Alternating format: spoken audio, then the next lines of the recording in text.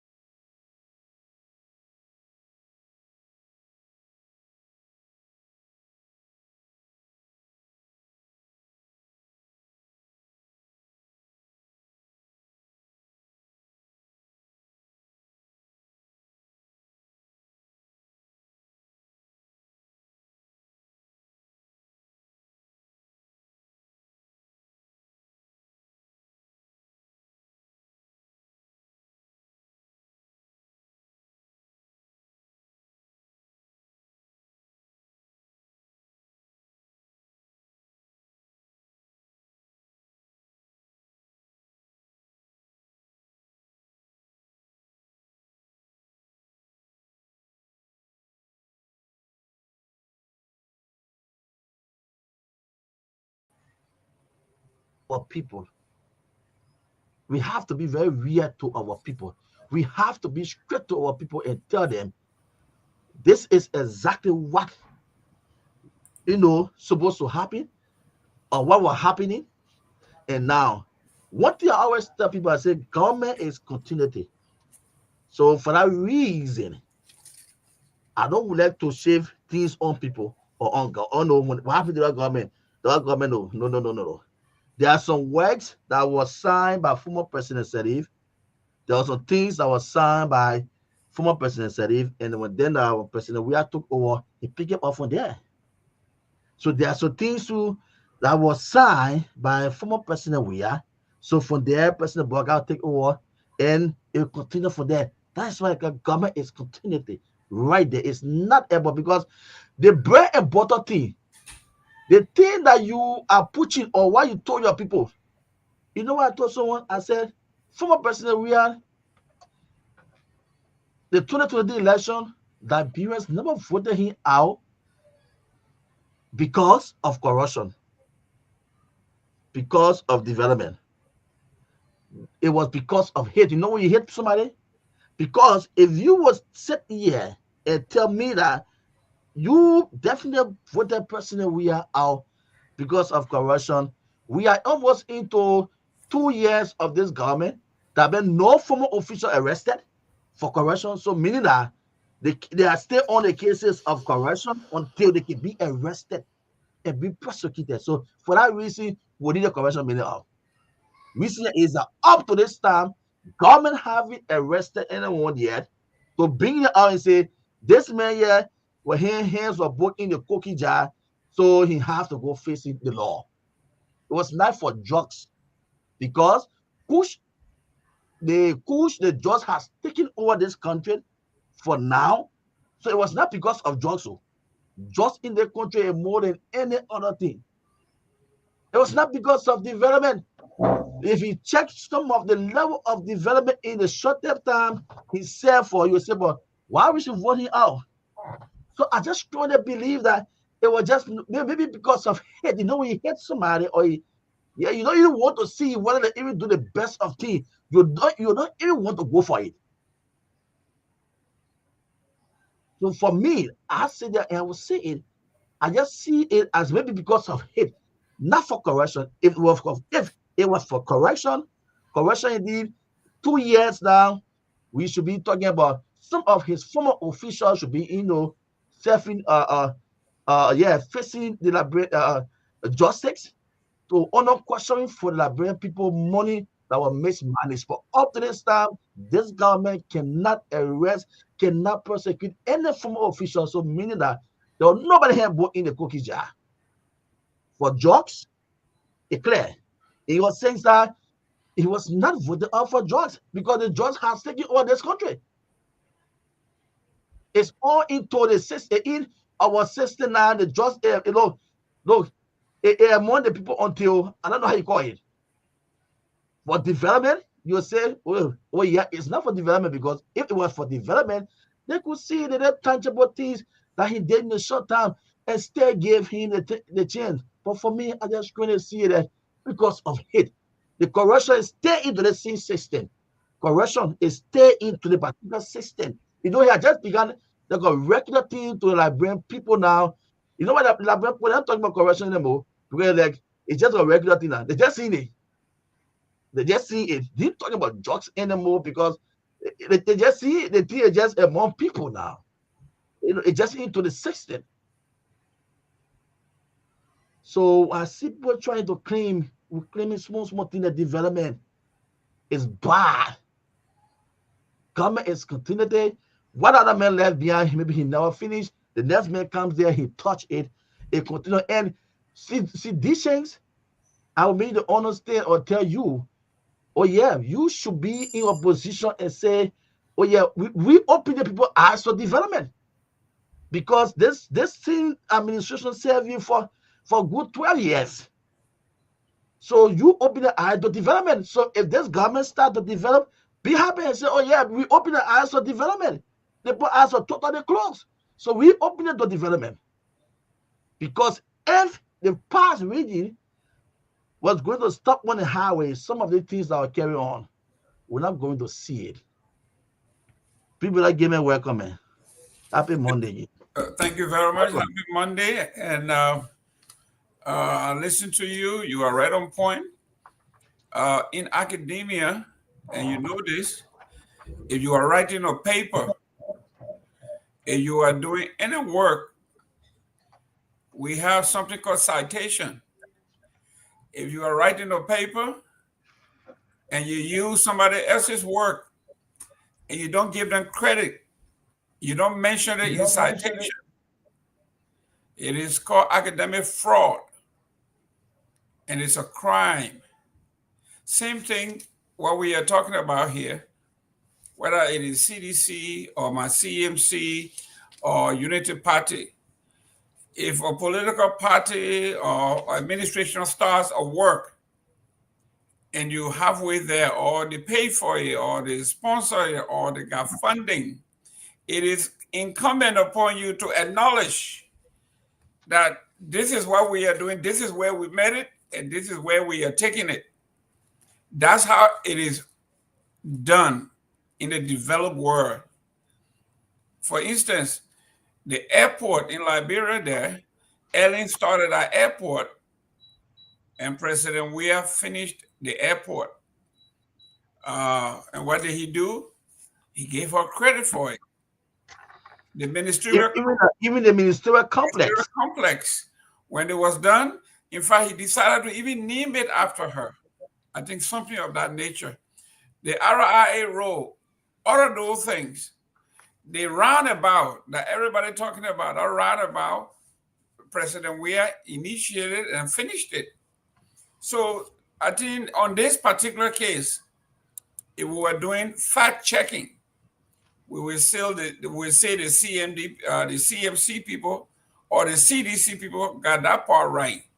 It was the project. Most of the projects were fully funded, paid for, and passed over to the Unity Party. And it makes sense for the Unity Party to give credit where credit is due. Mm-hmm. That's what this argument is all about. For instance, they were claiming the poultry farm, the $26 million poultry farm or poultry facility that was open. They were claiming that facility, only to find out that that facility have taken over 2 years to build. And you've been in power just a little over 14 months. So there's no way you could have done that.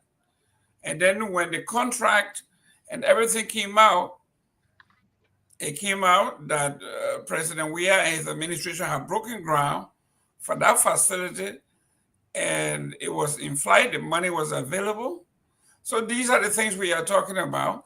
People say you can win an election through propaganda, but you have to govern. And you cannot govern through propaganda. You can come out and say the World Bank say our economy has grown 5%. You can say that all you want, but go downtown Waterside and ask the lady who's selling her pepper, how many pepper have you sold for the day? They will tell you, oh, the whole day we're here, nobody has bought anything from us. Whether the economy grew according to World Bank by 10% or 9%, it means absolutely nothing to my Jenny, who is selling her pepper down Waterside, as far as nobody is selling, nobody is buying from her. The old man that I used to open her cook shop down Waterside, that used to sell 3, 4, 5 bowl, maybe before the day is over. She had to take all her food home. It was spoiled because there's no refrigeration system. So she got to take all that food home, either give it to the family or give it to people or let it spoil. You ask that lady whether the economy had grown 5%, she will tell you you are crazy. So you are right. The bread and butter issue, it is not in the numbers that the statistician or the big book people will go out there and say the World Bank told us. That's what the World Bank told you. But what we are telling you here is nothing is trickling down. We are not feeling the trickle-down effect. All the goods, all the money, everything that's coming to the country, it stays in the House, in the legislature. They are the one, their economy is growing. Like when I was in Liberia, the people had a word, they say, only your pot boiling. Only their pot boiling. The answers of the word, your pot don't boil. Only the speaker, the pro tem, the president, the vice president, the senators, the representatives, they're pot boiling. Even their staff, the legislative staff, their part not balling, even though their bosses' parts are balling, their parts are not balling. So when we are talking about the economy, the trickle-down economy, it is not trickling down to you and myself. It stays up there. It stays up there with the so-called people who driving $1 million car, the $45,000 car, the $60,000 car. Their parts are balling. Their economic growth. In fact, they get themselves raises, and you know it in the budget. Some of them say the $30,000 you gave us, the $100,000 you gave us for how do you call it? Is it constituent visit and all that stuff? They are telling you it's not even enough. We need more. The $15,000 or $10,000, whatever they make a month, they are telling you it's not enough. Somebody who works, and Sue is working and making $75 a month, and somebody making $15,000 a month and say it's not enough. We need more. I got gas slip. I got car. I have a housing allowance. I got security. I got scratch card. I got laptop. But it's not enough. I need more. And you don't advocate for your workers. You are not advocating for the lady who's sweeping the streets. You are not advocating for the teachers. You are not advocating for the nurses because you make enough that when you get sick, you can go to Ghana, you can go to Morocco, you can go to the Ivory Coast, you can go anywhere and get good treatment. So their parts are balling. So this is why the Irish person in Liberia says nothing is happening in the country, and they can prove it by showing you their produce in the market are not being sold. Every day they go to the market to sell their produce, where they used to get 10, 15 customers a day. Some of them are getting one, they're lucky to get two. So the government officials can come and say all they want to say. The person down the street will never believe a word they say. That the economy is good. If you don't have the bread and you don't have the butter, how can you say the economy is good? So this is where we are. And so it is not a joke. Things are hard. And those of you who live directly in the country, I feel for you. Whatever penny you make from where you work, you have an extended family. You got thousands, maybe hundreds of 10 people depending on you. You got to pay your tuition. You got to come to work. You got to go home. So you are making $150 a month. And you got to pay $1 to come to work, $1 to go home. In 30 days, that's $60 of that $150 you pay on transportation. So you are making $150 and they take a tax and you bring home $120. If you take a $60 for transportation and meal and stuff, you are left with $60. You pay your rent, you buy clothes or food for the children, you pay tuition. There's nothing left for you to go back to work. So you're back to square one. So the guy comes from the central bank and tells you that the Liberia economy grew by 5%. I don't know whether he can convince you that your livelihood has increased or has improved 5 percentage points. So this is where we are with the economy. And when we talk about the project, those of us who, you went to school, they will tell you, if you went to cite anything that you read about, if you're quoting anybody, you got to tell us who you're quoting. You can't just come and say these things or what somebody else said. You have to tell us who originally wrote that. If you don't do that and you want to claim it, that's academic fraud. You got to do your citation. Exactly so. You have to do your citation. If you're going to say, for God so loved the world that he gave his only begotten son, you have to tell us where you got that from.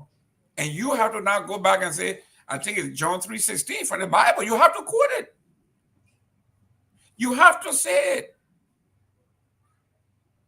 when the preachers or the imams are in the mosque and in the churches, you have to say, this is the scripture.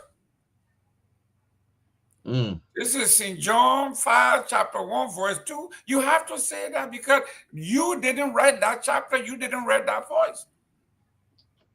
Same thing. If you come out here and you're using all the material for Truth FM, you have to say, I work for Truth FM. If you go on break, you do a jingle.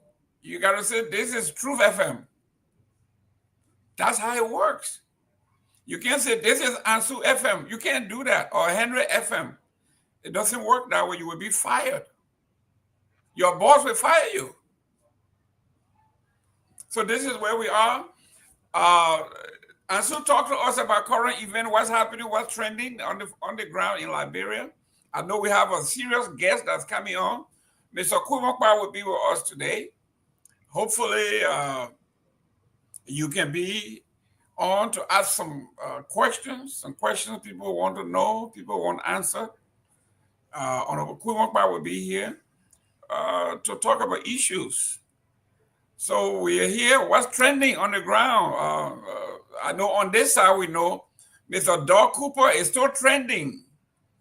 What's holding the president back from Doug Cooper? Well, how you stay training on that side, huh?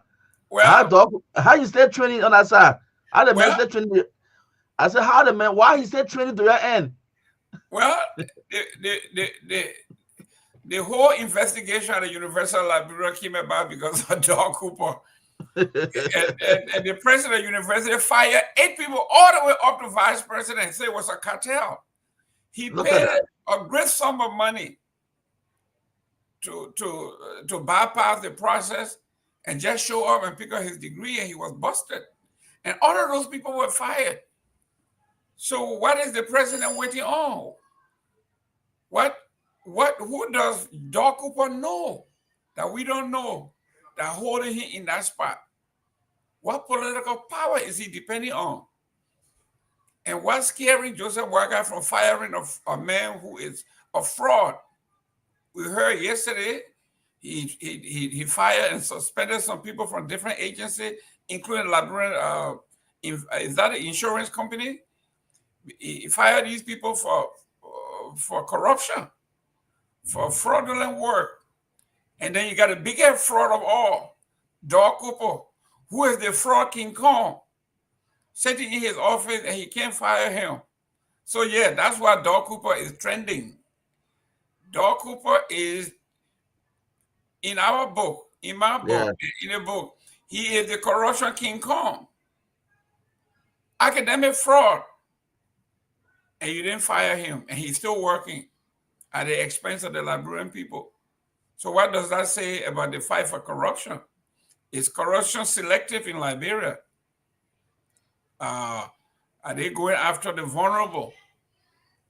Is it because Doug Cooper is from Nimba? Or is it because he was brought on by the vice president? So these are the questions that the public want to know. So yeah, Doug Cooper is still trending. What else on the ground is trending, Ansu? So far, they have just been on the electricity issue, the issue for the current situation back home here. You know, for the past weeks now, I think 2 to 3 weeks, some homes have started to experience stable current. So, you know, it's just been the talk of the time in some quarters where you're having our people discussing, you know, the issue of electricity, and also the president visiting. I think he last was in bombing to another American poultry where he went to inspect and pay a visit to the guys in Booming County. So as I said, the electricity has been some of the major talking points now, you know, for our people back home here. Looking at the have current now for the past 2 weeks. Some homes, not every area now, some homes are experiencing stable current. So They are discussing it, and also hearing the current acting MD for the work done, yeah, at LEC. So that's just some of um this discussion in corners, in quarters, people talking so far. Well, let's look at the electricity problem there. I know the critics are saying, let's look at this in its totality. Mm. This young man who is the director now there has been there for a while. In fact, prior to this administration, he was there when he mentioned that the CDC government completed 98% of that project. And you have the tape there with you. And since then, the country has been experiencing power on and off, on and off.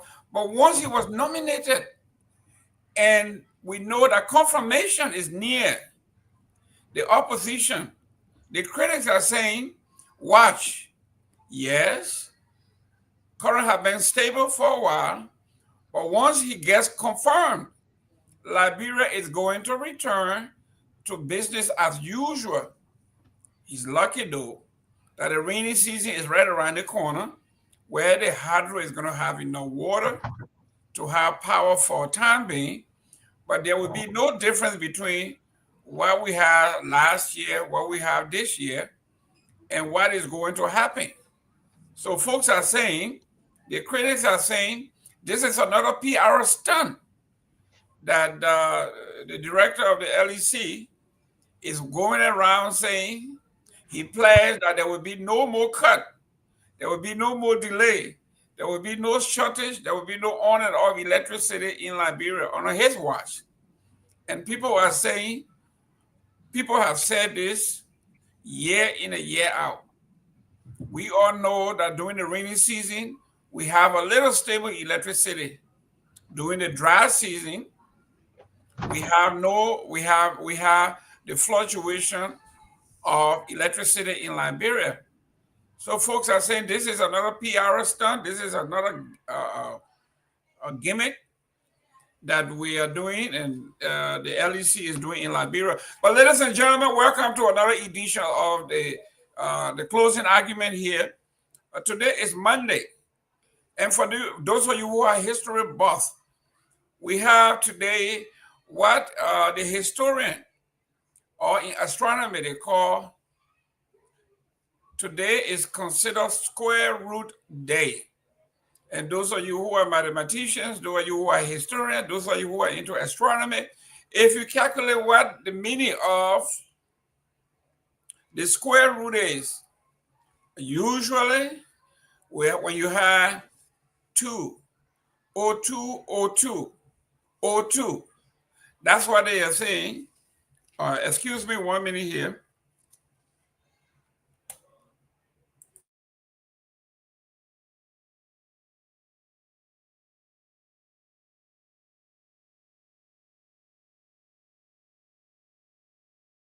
Well, the closing argument here on Truth FM 96.1. We sincerely apologize for that break, and we hope Jerome Kimé will join us shortly. Yes, I am back. Our guest didn't get the link, so we have to send him the link. But Ansu, go ahead. I will be with you 1 minute. Let me send him the link. Yeah, so I'm just trying to place the video out, the video which the now at the MD from the LEC, where he spoke to a team of journalists. That was around back then in 2021. Yes. When he talked to a team of journalists when they visited the grandson for the LEC compound or the hydro. But we have the video here, so I want to get a video up for you. Let's see how Myean can get it up for us. Yes. Okay. Welcome, ladies and gentlemen. This we do, lady or ladies. Oh, okay. Welcome, gentlemen. We brought you here today just to take stock as to where we came from as a CLG project, where we are, and where we are headed. let me first start with where we came from. 2017, when this government came into being, we addressed the CLSG, the agency responsible to implement the CLSG project. We clearly engaged the government of President George Manawiya, the pro-poor policy agenda, development agenda. Part of that pro-poor development agenda was a top key priority, which is the electricity. As you all may be aware, the CLSG project is an interconnection project linking 4 countries, 1,303 kilometers, linking Cote d'Ivoire from Myean all the way to Yekepa in Liberia, from Yekepa to Buchanan, from Buchanan to Mankofi, Mankofi to Bow Waterside, from Bow Waterside all the way crossing Sierra Leone into Guinea. But let me concentrate first in Liberia. From Myean in Cote d'Ivoire, there where the initial supply of electricity will be coming from to Yekepa. There is a 225 kV substation in Yekepa. What does it mean? It's a connection point where the LEC will be connecting to our substation to supply electricity to people of Nimba and beyond. Then from there, we'll connect to Botota. Botota substation will be there for central Liberia, going to southeastern Liberia, and also to the north in Lofa, Bong, as far as the southeastern for Botota. There is a substation there. Then from Botota, we are going straightly to Buchanan, Grand Bassa. Buchanan substation will be there to connect the people of Grand Bassa County, Riverside County, as well as some part of Magibi. From Buchanan, we come to Mankofi, which we are now today. This Mankofi substation is the biggest among the CLSG substations in the 4 countries. The Mankofi substation. This is mainly there for Monserrado. Given the population density of Monserrado, will be there to supply Monserrado. So if you look at the back there, there is a substation owned by the Liberian government, LEC. We will be connecting with the LEC substation to supply Monserrado County. Then from here, we also have a substation in Mano. That substation is meant to be connected to supply the inhabitants of Bapolu, Bomi, and Cape Town County. That's how the CLSG project was structured. So when a new government came into place, part of their pro-poor agenda, electricity was a key priority, as I said from the beginning. So we work with the Ministry of Finance and the Ministry of Energy to ensure that nothing stops. It becomes government of continuity. And what do I mean by that? We needed to fund additional financing for the project because due to the Ebola crisis, when the Ebola was over, there was additional costs to the project, approximately 52 million. So we needed to get that money quickly. Minister Tour and his team immediately joined collaboration with us. We fought hard, negotiated with the relevant stakeholders, including the donors. The donors in this sense is the World Bank that provided the additional financing. So we went about to get that additional financing. It was signed and ratified in the legislature. So the minister led that whole process. We went to the legislature, we signed it. That gave life to the project. And at that time, the physical implementation, everything here was at the flow. The entire project in Liberia was about close to 20% physical implementation. And I'm proud to say now, where we are closely around 97% completion from Myean all the way to this particular. If you take it to Bow Waterside, you'll be around that 95, 96% complete. So that's a significant improvement in terms of the efforts we've made to ensure that the project is implemented in the schedule, according to the schedule. So that's number one. Number two, what is the relevance of this project? The relevance of the project is part of the ABC of development. As you all may be aware, electricity is so important for farm to market road, for schools, hospitals. So part of the project we have what we call rural electrification. rural electrification aspect of the project, it means you have 2 to 5 kilometers apart, both sides of the project. All the villages are along the way, from Nimba all the way to the.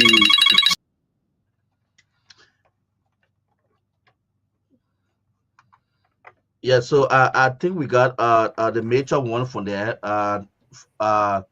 When the past government, that was the CDC government, took over in 2017, it was around 20%, and through the in 2021, through the help of then it was the finance minister, Toye, through his efforts, they were able to manage to raise funds and also that funding from donors to get that purchase up to 97% already. So if we talk about 97%, it means that it was already completed donor achieved, and just maybe 3 or 4 more percent to make it 100. And so this morning again, he spoke on OK FM in time again. He said the same thing. He said the process that this started from the past government. We're just gonna say about continuity, that's all. And it's good to give someone the flower when the person is alive. That's what we said about the ministerial complex. We talk about the airport, other areas when our then President we took over. He, this project he took it and turned it over to former President Sarif. So it's just about recognizing the person, giving them the flower while they are still alive. Thank you very much, ladies and gentlemen. We have a special guest. For full disclaimer, he and I have met on other platforms, and I'm a fan of his. I guess he's a fan of mine wherever we go. So he has a lot to offer us here. Honorable Kuwakwa, relax. We'll be back to you soon. But Ansu, let me reintroduce our show here. Welcome to the closing argument. With me today is Ansu. He's in the studio. He will be out there backing up whatever it is we say. He will do the fact checking. If he has the clip, he will play them. But today, let me tell you, today is a special day. If you're an astronomer, like some of us would like to stargaze, today is square root day. And square root day is when the day of the month and the year, the numbers are both the square root of the last 2 digits of the year. For example, May is 5, is number 5. Today is day number 5. So the square root of 25, which is 2025, is 5. So today is square root day. So if you are a mathematician, if you are an astronomer, today is a day that you will love. Today is square root day. The last time I remember was 020202. That's how it goes. So when the last 2 digits, if the first 2 digits, when you add them up or you multiply them, it should be the square root of the last 2 digits. So today, 555 happens to be the square root of 25. Welcome, Mr. Anthony Kuwakwa. How you doing there, sir? Thank you very much. I'm doing good. Ansu, how are you? Jerome, it's good to meet you again. Welcome on the closing argument. Thank you. Is this your first time on the closing argument, sir? Yeah. Okay, so we have to give you, we have to welcome you with a beautiful cup of palm wine here. Wherever we come from, it could have been champagne, it could have been Dom Perignon, but we are from Liberia, so we say palm wine. Especially now that we have a president from Lofa, the northwest part of the country. Palm wine is a delicious drink there from the folks, so we have to give the president his prop. We welcome you with the palm wine, but let me reintroduce you. This is the closing argument. Today is 555, the square root day. So Mr. Kuwakwa is very special. He came on our show when the square root of 25 is 555. So when you go home, you can tell your children and your children's children that when there was a square root day of 5, you show up on the closing argument. But with me today is Ansu. He is our studio guy, who is also representing Truth FM 96.1 in Monrovia. And he is going to be talking to us. Ansu, go ahead. How far does our station extend in the country? So who are listening? What counties are listening? What counties are online? This is the only chief. This is the only media house in Liberia that have the water coverage. Indeed, we hit the 15 counties. If possible, we reach it as far as our 3 different bullocks. Indeed, Sierra Leone, Africa Coast, and Guinea bullocks. There's a system we have here in which when we open our path, people from Sierra Leone or Guinea or Africa Coast will definitely inform the LTA that we are causing problem in their country. We are causing noise. There's a system we have here that when we release that part, when we open that part, we'll reach far deep into Guinea, deep into Sierra Leone or Africa Coast, and they will let you call the LTA and tell them your your station frequency is really disturbing our home here. So we cover the entire country. So we just have the water coverage. Thank you. So are you telling me that we are now people in Secretary, where my political leader, most ability is, they are listening. When you come from Gompa City, they are listening. So the whole Nima County is listening. Are you telling me this? Yeah, honor our voice tonight, and we have our sub branch there, yeah, in Nima County too. So every major program, like the closing argument tonight, is currently live in Nima County. Excellent. The reason I'm asking is a son of Nima County is my guest today, is our guest. Anthony Kumakba is here, so I know the whole Nima County is listening. Honorable Kumakba, welcome to the closing argument for the first time. Please introduce yourself, who you are, where you're from, and what is it you are doing now? Thank you very much. I am Anthony Drate Wanye Kumakba. So the name, before I go any further, I would like to first extend my sympathies to 2 families.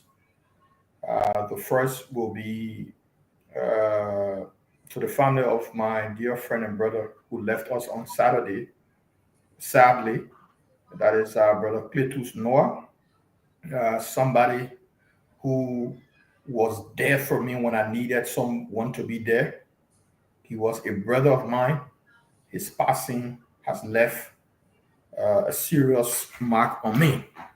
The next is to the family of my young brother, a trusted partisan of mine, a committed soldier of ours, in Brother Melvin Carr, who also died during the course of the just ended campaign in Nimba County.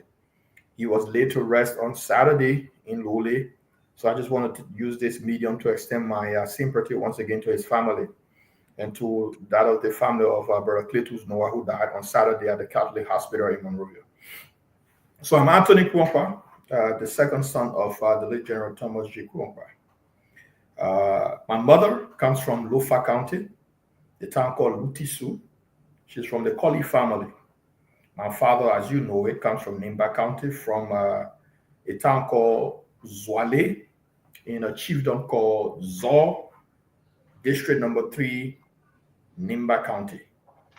Anthony Kumakba is this young boy who turned 44. My uncle Pewee, how are you? Who turned 44. Anywhere this man here, Lofa, he will show up. Soon you say Lofa, boom, Pewee show up. Soon you say Lofa, your man from Lofa, boom, he show up. All the time we talking about Basso River, say he show up. Soon I say Lofa, he show up. Go ahead. Unfortunately, unfortunately, you don't know, we don't say we got. Chief, welcome, Chief. Thank you. Yeah. Okay. So, I was born May 1, 1981. I'm 44 years old. Monday, this gone Thursday, I turned 44 years old. May 1st. Happy belated birthday. I have been privileged to work with the government of Liberia under 2 presidents. I was first appointed in the government by former President Ellen Johnson Sirleaf. And then I was reappointed by former President George Weah. And I've been grateful to God first and to those presidents and to other very important people in Liberia who has molded me into the person I am today to ensure that I was in the capacity to serve my country, something that from the age of 9, 10, I always wanted to do. And so, yes, I'm a father of many children, some biological and some adopted. I am also the political leader of the Kuyompa movement in Nimba County, specifically District Number 3. We have had an opportunity to contest in 2 elections in that district, and the future looks bright for us. We will continue to engage our people in whatever way we can. We're grateful to God for life and for the opportunity He has afforded us today. Thank you. Great. Ladies and gentlemen, welcome to another edition of the closing argument. And today with me will be Honorable Sylvester K. Pewee, and Ansu is in our studio. And our special guest of honor is the Honorable Anthony Kwokpa.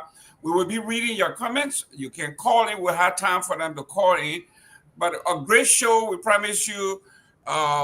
The chairman is going to be joining us soon. So we're going to be reading your comments. We're going to be asking this young man. Let me go to your family aspect. You were born, you said 1981. Is that what it is? Yeah. Okay. Did you by any chance have the opportunity to interact with your father? What can you remember? I know you were very young at the time, 1981. I was a baby.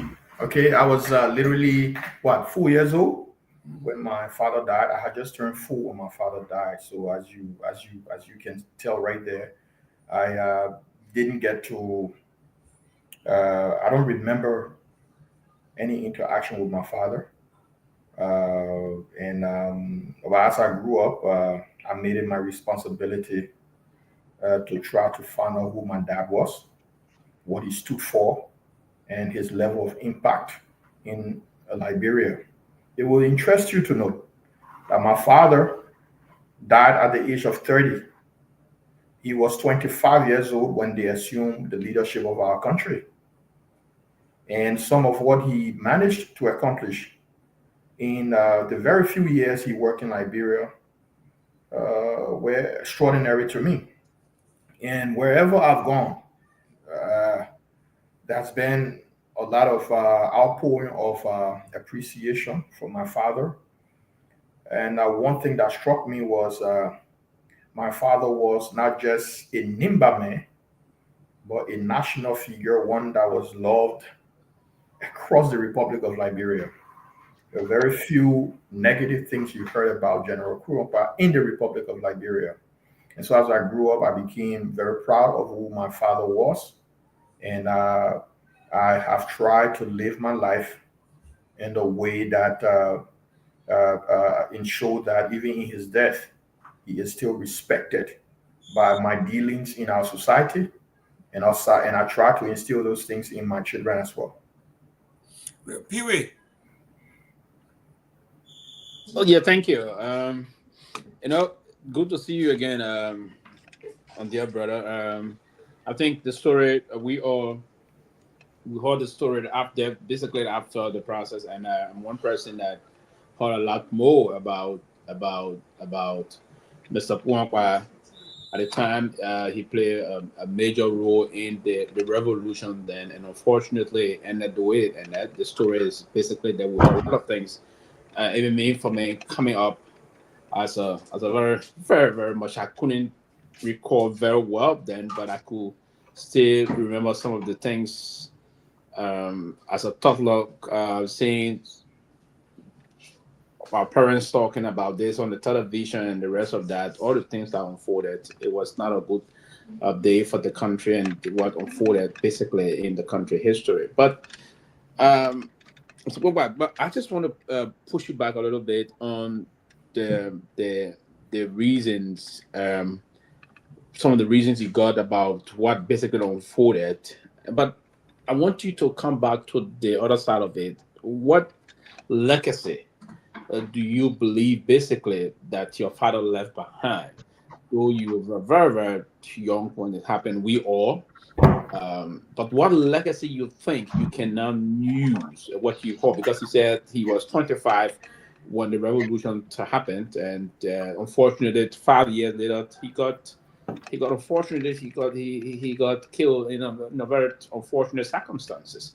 But what legacy you think he left that we all can celebrate today and we can use as as a marching order to move on. And will you tap into that, particularly into, because what movement you have into Nimba, will you tap into that in also allowing, giving his story to the young people that didn't know much of him, those of us that were that young, or even those that were not even born then, when this situation unfolded? Well, thank you very much, Pewee. Like you said, we were young. For me, I was a baby when that happened. But when something impacts you like the way it did, it becomes your responsibility to then go beyond, to have an understanding and to an extent an appreciation for who your dad was. And I've made it my duty to reach out to a lot of key players in our body politics at the time. And I'm talking whether it's the president, former President Taylor, former President Sirleaf, whether it is President Weah, whether it is President Boaka, whether it is, talk about the major player that you know about in the body politic of our country spanning that particular dispensation. Mm-hmm. And when unanimously all of these people tell you one thing about your father, that your father stood for justice and equality.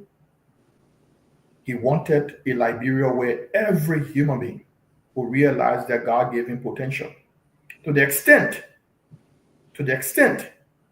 he was very firm on the purpose of the PRC. What was the mandate of the PRC? He was very firm on that, and that sort of saw some discord with he and the CRC at the time. The history is there, so when you talk to the George Bullies of the world, when you talk to people from all walks of life, major players in our body politics at the time, and when they say to you who your father was in the positive, it tells you he was indeed somebody who wanted the best for this republic. And so there is little, if not any, aside from the event of November 12, 1985. But there was something striking that happened that morning, as I learned later on in my life. The entirety of the Republic of Liberia, maybe except Tuzon or Zwedru, came out celebrating the announcement of General Kurumpa. Right? Maybe Brother Jerome could help us here. I was a baby, as I said, but I'm told, hearing from a lot of people across Liberia, that the entirety of the country was jubilating the announcement of the general. Now things happened thereafter, and we move on. Something very, very important happened. As I speak to you, Clarence Moliba, who contested the presidency, is a very good friend of mine. In fact, the Moliba family. I think you also know that Samuel Doe Jr. is my very good friend to this day. We're very, very, very, very close. We talk almost every day. He's in England now, and I'm here in the US. There were people who became angry at my dad. Some I will choose not to talk about here, that he came with the Bible to carry out a revolution. There are video clips of the events of November 12th morning where I saw my dad in that video.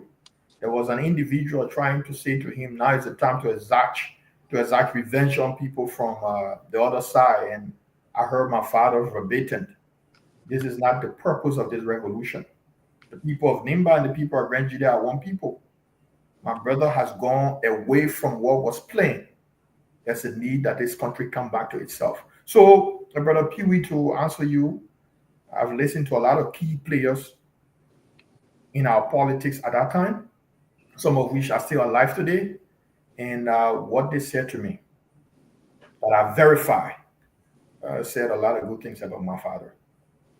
And when you talk about the legacy, there can be nothing more than a son, after hearing all of these things about his father, trying to step in his father's footsteps. Maybe not through the military though, but politically. My father and other people fought for the multi-party democracy that we enjoy today in Liberia. And so, thank God, in our country today, the issue of disagreement and whatnot has been discussed. We'll talk about it. You know, we will go after each other politically, but in the day, Liberia is what matters to us. So yes, I will want to stop there. Great. Pewee, second question. Yes, my second question basically, and we've been having this discussion. As you recall, we had a lot of discussion before the Ministry of Foreign Affairs on different political issues. What's your own now? How do you first and foremost see the current state of affairs in the country in terms of the politics? President Bouaka, as we all know, is the current president of the Republic of Liberia.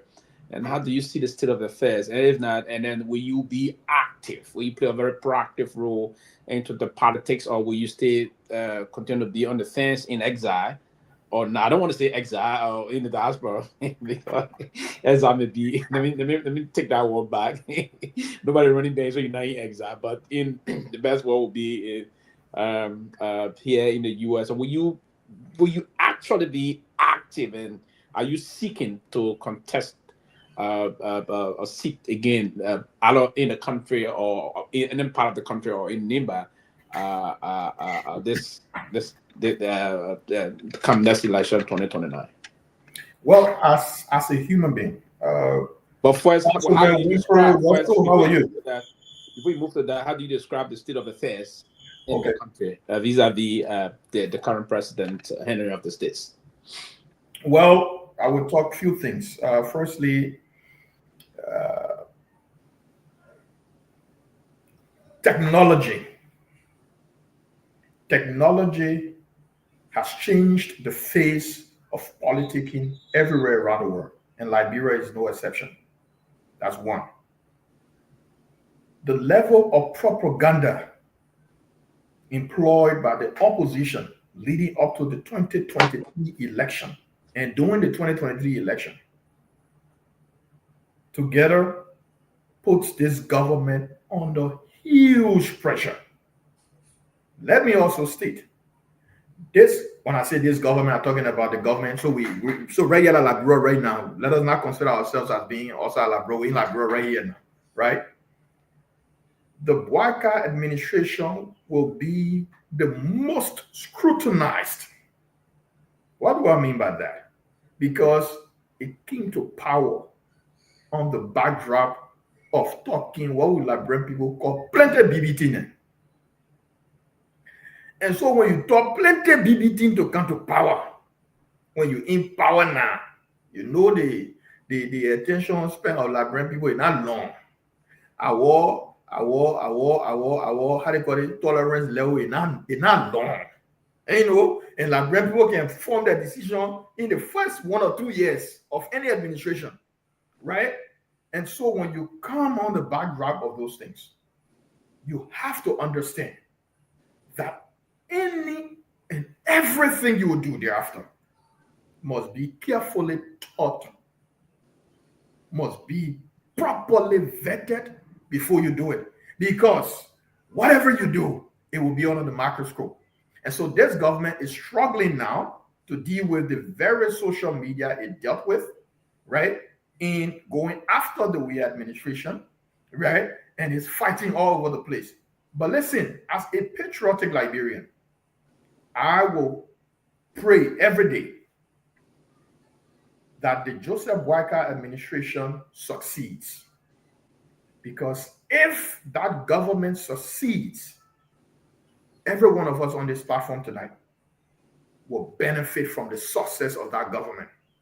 So I cannot sit where I am and get on my knees every day and say, Papi Bouaka may not succeed. No, we will pray for that government to succeed. Remember, Pewee, more than 85% of those in government at the very top are people that I have personal relationships with.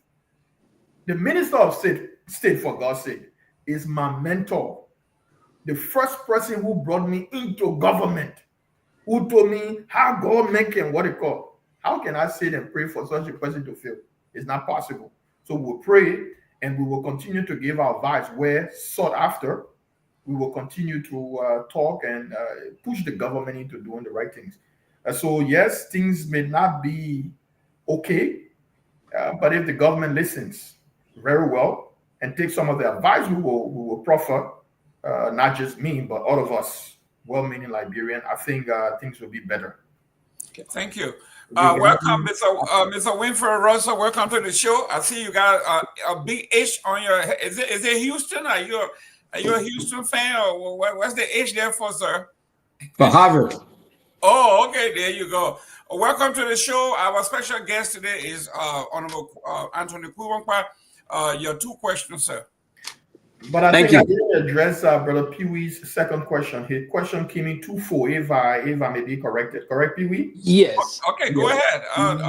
He also wanted me to Russell touch is on... here. He's not going anywhere. Go ahead. Okay. He also wanted me to touch on whether I intend to expand the Kuwankwa movement across the Republic of Liberia, not just Nimba County. Yes. And whether I will be actively involved in politics. As we are sitting here tonight, we are actively involved. The best way as patriotic Liberian we should treat our country is coming forward and, pointing out the ills in our society, encouraging the actors of the day, to do the right things for our country. Pewee, you and I don't want to be up past 60, 70 years old. Not possible. No. It's not possible, right? So we want a society that will be very good for us when we do decide to go back home. I'm home every 4-5 months. Beginning 2028, I will be home regularly. I cannot. For as long as I'm young, I'm healthy, there's still that youthfulness in me. I will always be involved in the politics of my country, lending my advice where necessary. And the Kuwankwa movement is there to stay forever, all right? And we don't see it as a Nimba base. There is the desire to move beyond Nimba County, because as I said to you earlier, my father didn't just touch the people of Nimba County. There are people from all spectrum of the Liberian society that General Kuwankwa's action touched in a positive way, right? I'm not here to say my father's action were all positive. I understand that there are some people that felt, offended about some of his actions, but the vast majority of the Liberian people say good things about General Kuwankwa. That makes me proud as a son. That's good. Great. Mr. Russell. Well, thank you. And once again, it's great being on this platform as always, and to interact with all of you fine gentlemen. And welcome, Mr. Kuwankwa, to this platform, to the closing argument. It's a delight to be in conversation with you and to be on this platform and having conversation about Liberia and the politics of Liberia and your future in the politics there, Liberia. And so, can you share with us your philosophy when it comes to when it comes to politics, your political philosophy?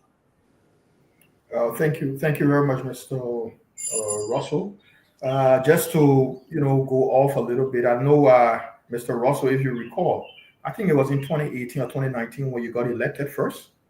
I think there was a letter from the diaspora department congratulating you on your election. If you recall, I sent you that letter at the time. I was the supervisor of the diaspora program. Now, this is how I see politics.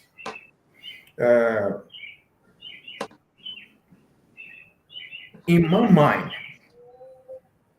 leadership, becoming a leader of my people, or wanting to become the leader of your country, in everything that you do and or say, the people must matter. Unfortunately, the people of Liberia are not there yet. What do I mean by this? You have a country where people in public offices are among the richest people in Liberia. With that dynamics, the future doesn't look good. Mr. Russell, Liberia is the country where people are celebrated for doing the wrong things. Those of us who have worked in government for about 7-8 years, who have lived on our income from government, because of which we are unable to live a certain lifestyle, have always been vilified. People refer to you, the man too cheap, the man too mean. Look at all the years he in government, he was a big austere billing. How do we change that dynamic? How do we change that understanding of our people? Is what I sit and ponder over every day. Because for Liberia to be a better place, for Liberians to begin electing the people with the repetition and the hearts to move our country forward, the people must understand what it means to be a leader, who should be a leader, and on what basis are we electing leaders of our country. Liberia is the country where people will change their minds on election day to vote for another person if they give them $50 Liberian, $100 Liberian on a voting queue. That is the country we have. People do not judge people on the basis of their competence, their commitment to country, their loyalty to country, the decisions they've made in the past. No. And so you have this continuous thing about the country electing people that don't care about moving Liberia forward. Mr. Russell, I was born in Liberia where we didn't have pipe-borne water all over the place. This is 2025. The situation is the same. I am 44 years old today. When you somewhere when electricity comes, it's a huge celebration. Whoa, current year. We cannot say we want a country that will be better 10, 15, 20 years from now, and we don't begin to make these small changes. Government officials sit on social media because the society is so gullible and spew out misinformation. The dope people will run with them. But if you ask them, what are your accomplishments in this office in 1 month, in 2 months, in 3 months, they will say nothing to you. And so it hurts me every day, Mr. Russell. My father died for justice, equality, fairness, and everything in our country. More than 35 years since he died. Liberia is still struggling to find her feet. The basis upon which we elect leaders is so off. And every day we will talk, oh, the people are not doing this. But we continue to make the same mistake. This is where I come in to challenge the diaspora. That's us.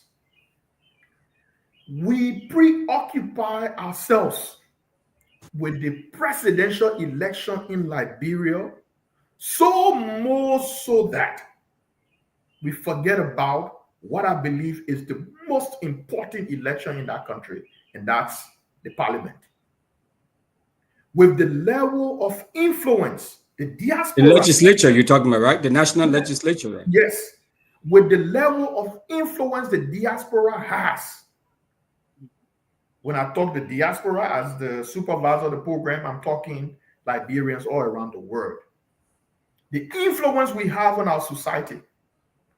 If we can make a decision to say the diaspora must ensure that 70% of those in the parliament or in the legislature are people we push in those positions through our finances, by vetting them properly, I believe we will begin the process. But we all go for the presidency. And we forget about the people who are supposed to represent us directly in an event. The president has his or her agenda different from what will move Liberia forward. And so that's what we see happening all of the time. So we have got a responsibility to fix our country, beginning with what we consider the smaller election, and that's the election for the legislature. Because that legislature is where the problem is. The day we have a national legislature that puts an impeachment bill on the floor against a president for breaching the constitution of our country, like bros are getting better. At that point, we will know that we have the power. Until that time, would that be going by the flow, Mr. Russell? So those, in a nutshell, are my political philosophy. One that prioritizes the people, the people, the people. Anything you're doing as a leader, the first thing must be, how does this benefit the people that I want to lead? How is it going to impact them 1 year, 2 years, 3 years, 4 years, on and on? Our leaders doing those things today? I don't think so. Thank you. Okay. Mr. Russell, a second question. Yeah, so along those lines, I will continue along, along the path that I started on. Now, one of the things that people talk a lot about, they say back in Liberia, is that people, for the most part, the electorates, don't vote on, don't vote for people based on ideology. Sort of particular, ideology. So it's mainly about personality. I mean, there are so many different variables that drive their decision, or that inform their decision to vote for a particular candidate or not. So my question to you is that, I mean, I know that may be the case, because you see UP, that nobody can tell you what distinguishes UP, the Unity Party, from the Liberty Party or the CDC or all of the ANC or all of the other parties around.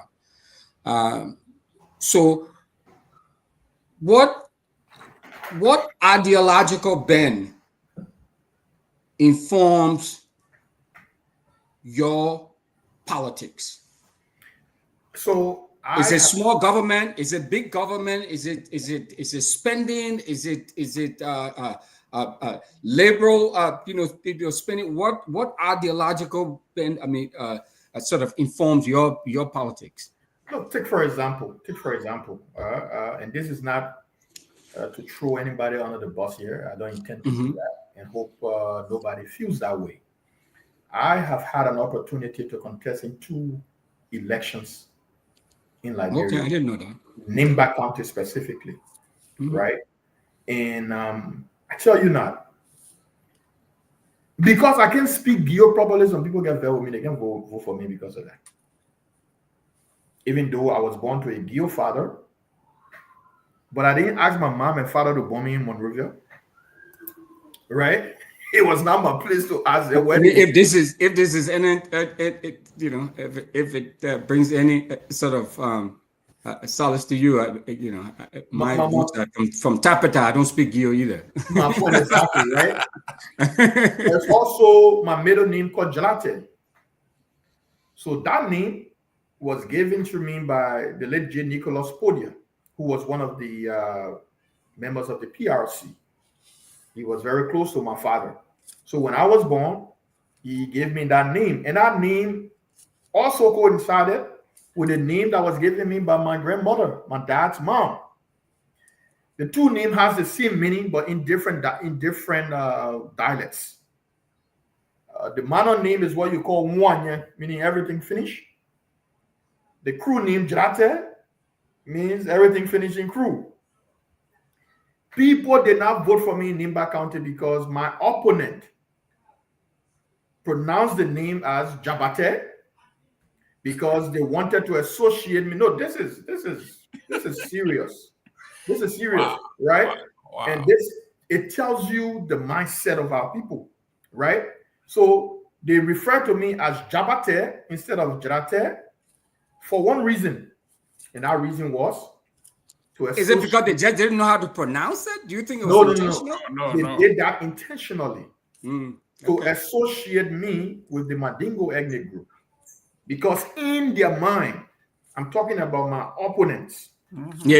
In their mind, Mandingos are not good enough to occupy such a role. So if you refer to the man as Jabate, owing to the fact that most of our people do not have the time, they don't have the ability to verify, to go do research and anything like that, they will run with it. They will run with that kind of information, and that will happen. A lot of people did not vote for me because I was Jabate. Now, moving forward to your question, Mr. Russell, you have a society where, I don't know, maybe this came from the genesis of the Republic of Liberia, right? Where in an election, our people don't judge people on their character. To the extent the issue of integrity in Liberian politics is under the rug. As such, in one election period, reputable individuals will change sides 4, 5, 6 different times in an election. Yet those people will still be considered for bigger roles in our country. What are we talking about? Where is the issue of consistency? Where's the issue of looking at people's integrity? So none of those things exist. Liberian politics is the big picture of what I refer to as the deception game. You can never hold anybody, you can never trust anybody on what they say to you until it is over. Because people will kind of tell me, say, my man, we for Brother Russell today. Tomorrow he goes to Jerome and say, we for Tomalin. The after tomorrow he comes to me and say, my man, let's go to Peabody, Dr. Peabody. You know, like that. And at the end of the day, he will make another decision. When we begin to punish people for inconsistency and the issue of deception in our politics, we will be talking something serious. In America here, for you to just lie, you know you got to look at your whole intestine and every part of you because they will be putting you out there. But in Liberia, lying that again. And so, how do you trust people? The issue of trust does not exist in Liberian politics anymore. People just deceiving people here and there. That's all that's happening. Sometimes one thing where I say, wait, it looks like I'm too strict for Liberian politics because I am a person of integrity. When I say to Brother Jerome, I will support you today. If my vote will be the only vote Jerome will get, Jerome will be assured that he will get it. That's who I am. But that is, unfortunately, not a thing for our politics. And so we begin to deceive people pre-election, during election. What do you expect, Mr. Russell, after election? The same deception will persist through our society, and we've seen it. Every day in Liberian politics, we see it. Jerome, I hear you. You got to unmute. Okay, welcome, Chief Tomalin General, to the show. We have our special guest, Honorable Anthony Kwimokpa. Quite revealing. We got more to go. When the chief comes on, I want you to think about the relationship between your father and Ellen Johnson Sirleaf, because there's some friction there. We got some people who are not satisfied. We'll delve into that. Honorable Chief, your turn.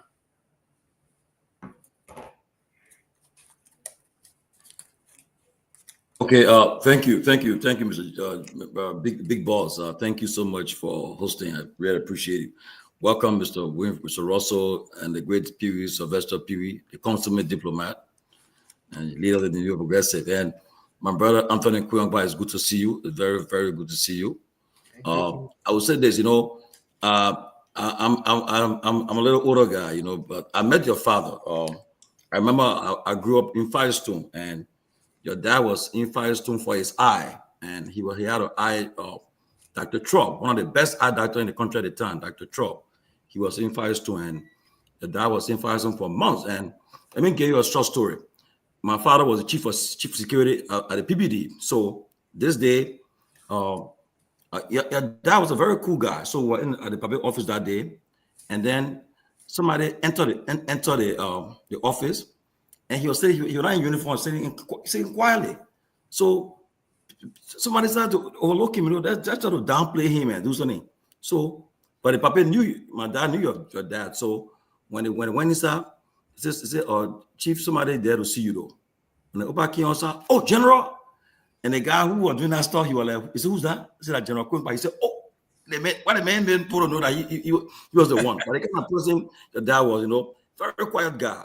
He spent most of the people who go in Firestone, especially in Dusa era, will tell you, they met him. He was in Firestone for a long time with us in Habel for his eye treatment. So I will keep to know your father. But again, peace to his ashes. And like you said, he was somebody who was well known in Liberia, and history will always remember him. Whatever they call him the strong man, everybody knew him for that. But again, your complete resemblance of your father. There's no joke about it. I say, if somebody don't know it, will say, "Oh, General Kuma said over there." But that's about life, But it's good to have you on the closing argument, and I'd like to just. I hope I'm uncomfortable, but the question I'm about to ask you. I know that President Salif appointed you as Minister of State of Portfolio. President Weah took office, he kept you in the same position.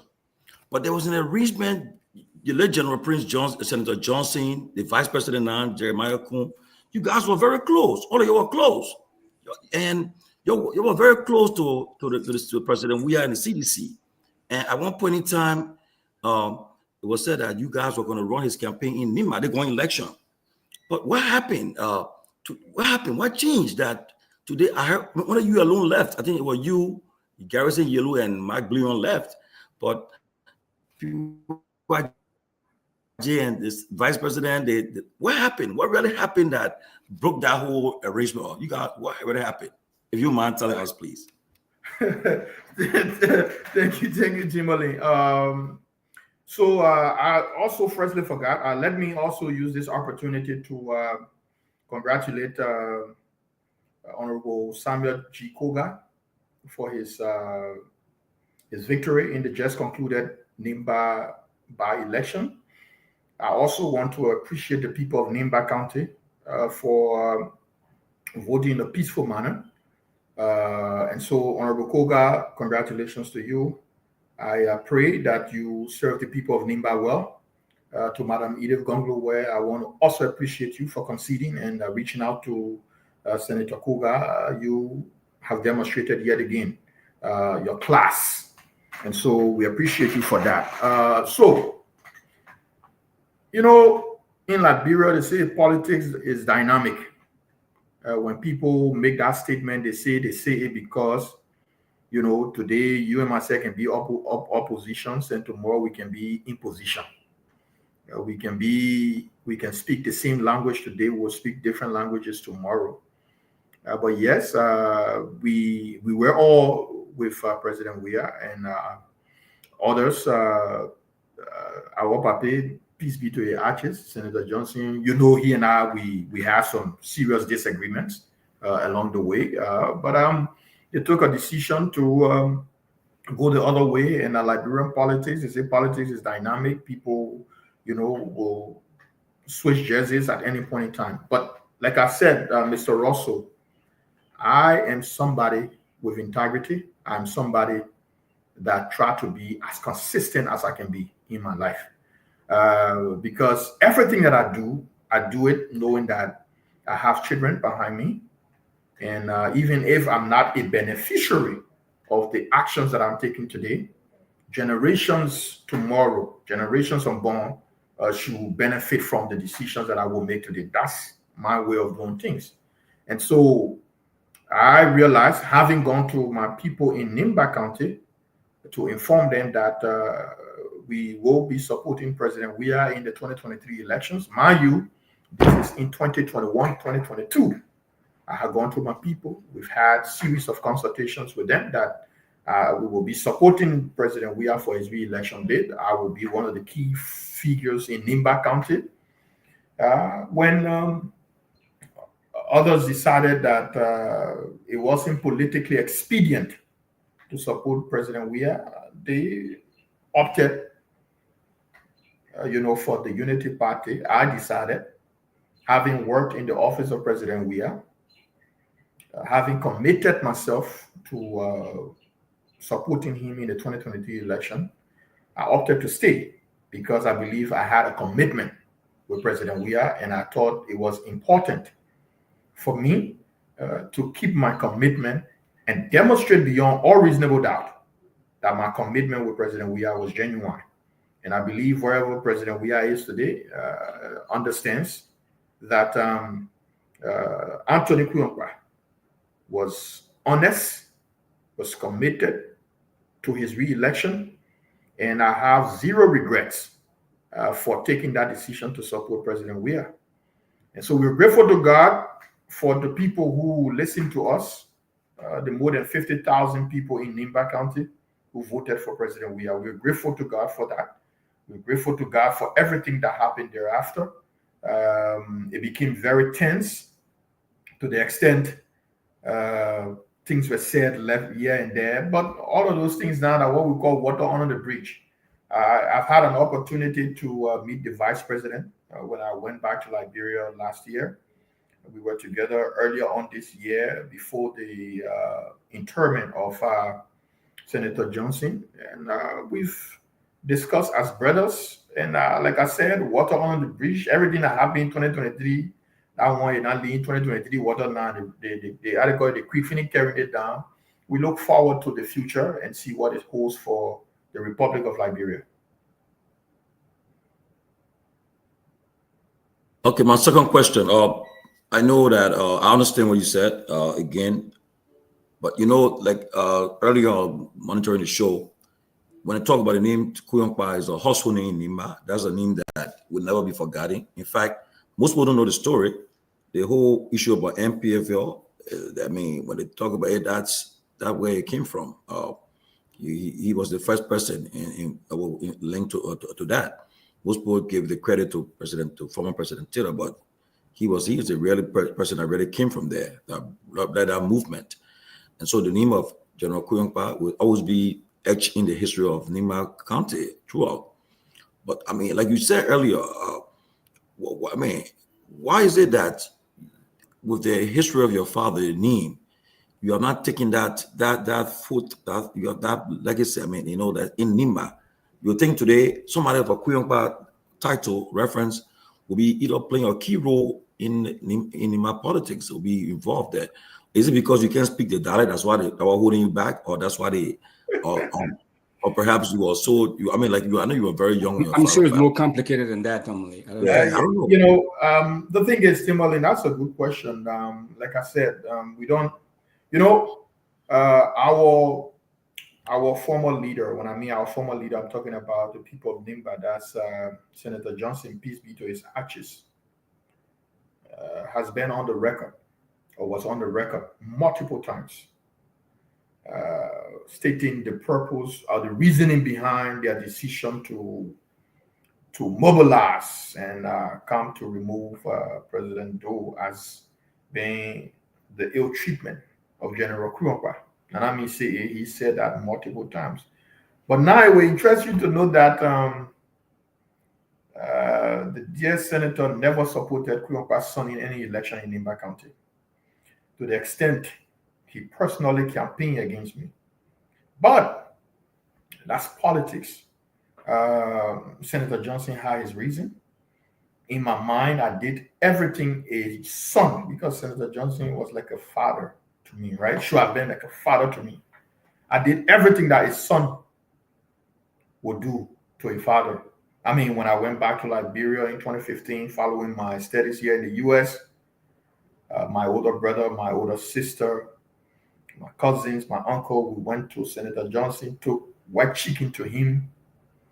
Papi, thank you for everything. I'm back in the country. I'm your son. I'm at your disposal, whatever. When Senator Johnson needed to get some information to former President Weah, he will use me. He needed information from there. I was getting information. I did everything humanly possible to show to Senator Johnson that, look, listen, I'm your son. There's no evil intention here. And the relationship was always fantastic pre-elections. Whenever elections came around, the papi flipped and said some of the most disparaging things about my father, right? Some of which I will not see here, but it's what it is. I should have listened to a friend and brother many years ago, Lloyd Scott.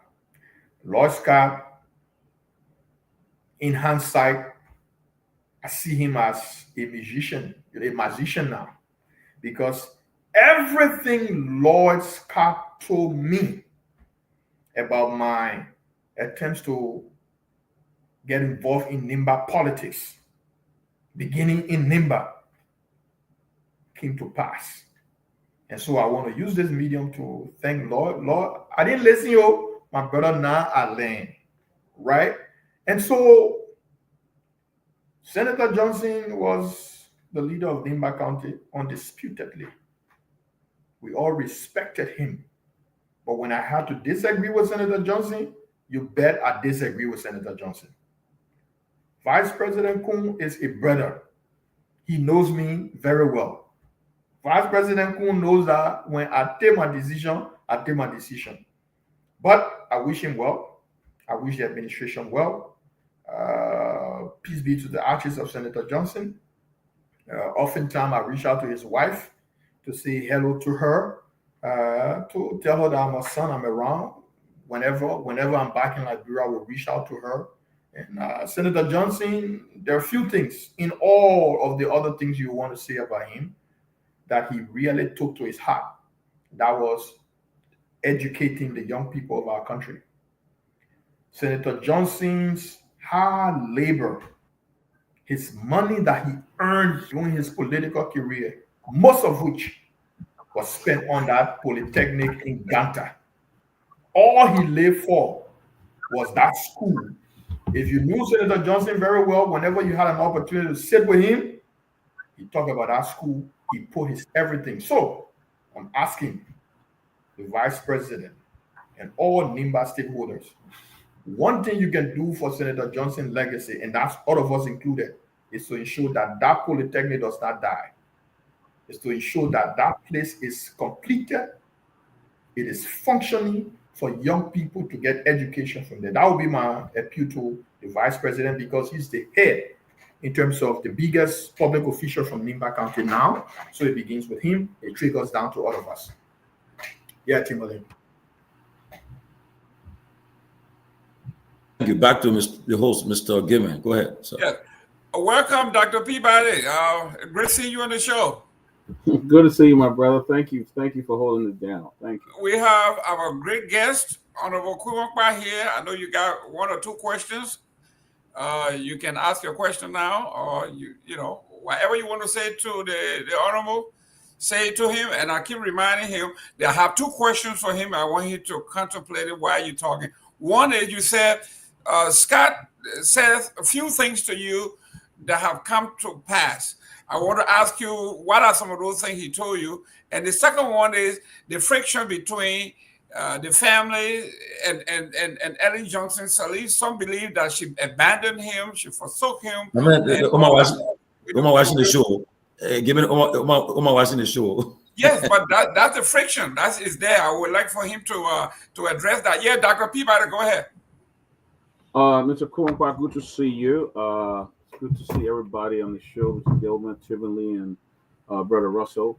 Good to see you guys. It's good to have you on the closing acumen. I know you guys, I must be honest, have not followed the conversation, but I heard him talking about the Nimba County Community College. University. Johnson Community College, I don't know how to call it, that was started by Prince Johnson, and that it is completed, and all of that. But let me ask you this question, Mr. Kuwankwa. What is it that you want the vice president to do? Because this school was started by Prince Johnson after private university. What is it that you want the vice president to do? He didn't establish it in the name of the people of Nimba. He did not build that. So this is Nimba College. It was his private university. So what is it that you think the vice president can do to really help complete the university? So the vice president can do multiple things, including all of us from Nimba County. As I said earlier, one thing that Senator Johnson was so into was that school. I don't know if you've been there. That school is up there in terms of the construction and the size and all that of that place is you can compare it better than plenty educational institutions we have in Liberia. I'm being truthful to you about that. There are many things that the vice president can do, some of which will be this. There are a lot of institutions that people constructed in their own name, but given circumstances like funding and other stuff, the government can go into an agreement with those families and say, listen, we will take over this place here because we know on your own, you may not have the financial might to be able to sustain this place. We will maintain the name, the Prince Johnson Polytechnic, but then, the government takes over this place so that, it does what it has to do for the community. That's one. The next thing is, the people of Nimba, right? We can begin the discussion about coming up with a plan on how we can make that institution operational. And this has to be led by our biggest government face, that is the vice president, right? So that's why when I say the vice president, he has to begin the process because now he is the prodigal son of Senator Johnson, right? Even when Senator Johnson got really mad with the current president, when he want to, he can say, but our son dead now, so what they call, so he's the prodigal son. I'm saying this is something that as Nimbayans, we should ponder over, beginning with the vice president, to ensure that that institution will 2-3 years from now, we'll see so bush laying down and then raccoon and all around there. It will not be good for Senator Johnson's legacy because that was something that he cherished so dearly. That's where I'm coming from, Dr. Peabody. Koga, Samuel Koga, senator-elect, he's one of those that one would say have written on the morale of the popularity of Prince Johnson, and he just won the most recent election. If Prince Johnson was still alive, the people of Nimba saw him as a liberator, reconciler. He brought them together. He all the people together. I want to shift a little bit. They just ended election. It divided a lot of the folks from Nimba. What do you think if Prince Johnson was still alive and the kind of reconciliation that is needed now in Nimba, not only in our country as well? What do you think the senator-elect should be doing now, or the vice president should do to bring all the parties together? Well, thank you, Dr. Peabody. But listen, so a few takeaways from the just concluded by-elections in Nimba County. And to your point, the vice president, I will always start from the vice president because he's at the top from Nimba County now, right? So it's the vice president and everybody else. So the issue of reconciliation, they say the head starts the process. The ball begins at the feet of the vice president. So because the just concluded election, there are a few takeaway. One, the ethnic rhetoric for me was unnecessary. The ethnic rhetoric was unnecessary. And sometimes those things can come back and haunt you if care is not taken. Now, let me tell you what the takeaway from this just ended election in my mind is like. And I hope the vice president will be listening tonight. There was this putsch about the Guar people time. The last time I checked, there are several tribes in Nimba, right? But there was this push that is the Guar people time. And so all Guars were encouraged to vote the senator Koga. All Manos were also encouraged. All other tribes were also encouraged to vote Koga.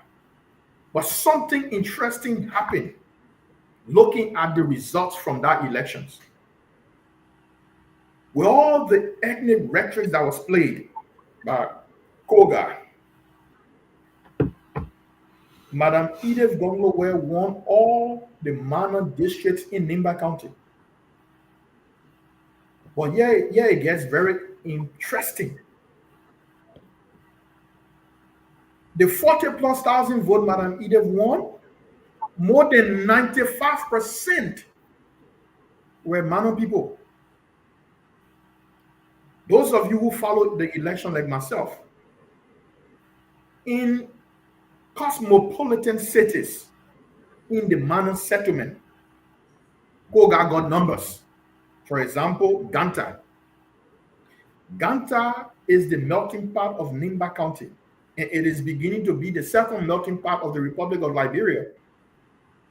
Interestingly, there are almost 35 to 40% of Guar people making up the population in the city of Ganta. So if you see the numbers Koga was getting in Ganta, speaks to the Guar votes in Ganta. If you go over to Sanikole, the population of Guar in Sanikole is somewhere between 15 to 25%. So in certain segments in Sanikole, you see that Koga was getting vote. But in the rural area of the Mano settlement, Edith won landslide. That tells you the Mano people did not buy that rhetoric. And so if I was the vice president, the night after NEC announced the election, I will be reaching out. If I was the opposition, I will start to look Edith's way very closely, because what that demonstrates to me is she has a base in Nimba County, and that is the Mano people. Despite the ethnic rhetoric, despite the money that was spent in Nimba, Edith got 40,000 votes, most of which came from the Mano people. Senator Yan Twayen, in his own hometown, Edith won the votes there, even though he was one of the biggest campaigners with the rhetoric that it is the Guar people time. So Mano people were encouraged to vote for Edith. So that's one takeaway. The next takeaway is, even in the Guar belt, there is an opposition. The 60,000+ vote Koga got, 95+% of that vote came from Dam people, Guar people. But even within the Guar belt, you still had almost 13, 14, 15,000 people voting against that tribal rhetoric as well. Like basically voting against Koga, because Mark from the CMC had about, I think, 6,000 something. What they call the guy? Garrison had about 5,000 something. I think Gompu had about 1,000 something. So those are votes that went against the rhetoric that there was Guar people time, because those people themselves had their own propaganda, had their own messaging that was counter to the messaging of the ruling establishment. So in the Guar belt, you still have opposition. So if I was the vice president, I know I got a lot of work to do. And finally, if you look at the vote against the government's candidate, percentage-wise, the opposition took nearly 48% of the vote, because Edith got about 30-something%. If you take the percentages of those other people that went against the government candidate, you're talking almost 48%. That's a huge number to look at, in election. The most oppositions have garnered in Nimba County without Prince Johnson, right? Then somewhere between 15 to 22, 23%. And Pewee, you can help me here if I'm missing the numbers a little bit, right? So the opposition should not feel bad about the elections in Nimba, because a lot was at stake and a lot happened with the outcome of the elections. Vice President Kun and all his lieutenants must see that election result as a meaning that, my man, everything not correct here, you guys have to work if the vice president will be on the ticket in 2029, because you must have your base, and you now want to have your base when you're having this amount of opposition in your base. So I will stop there. Great. Thank you. Thank you. they questioned about Scott. What were the things that he said to you that became prophetic in Nimba? Unfortunately, I would not say that here. But I just, Law is a musician. That guy, when I met him, he's only believe it. Everything I meant to me, he came to pass. So when he called me in November of 2023, I said, my man, I got nothing to say to you.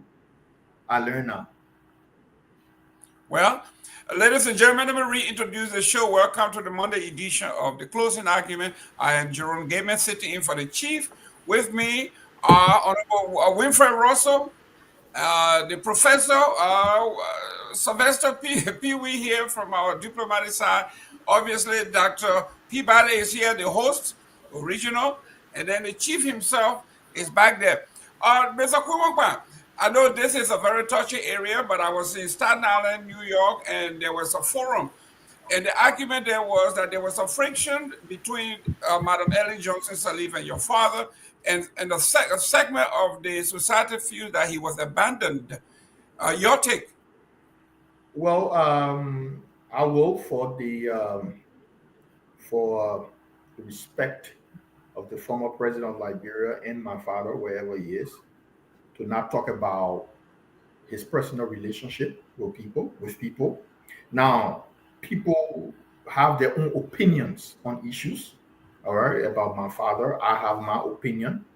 I'm from the school of thought that, yes, there may have been people who spoke to my father about going to remove President Doe, but I'm convinced within myself that ultimate decision was made by my father, realizing that it was the best for the people of Liberia.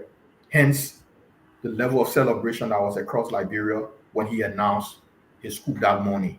So I would want to leave it at that, and all the other issues about who did what, who didn't do what. People will have their opinion, and I respect everybody for their opinion. But I don't want to believe that my father was this person who was controlled by other people.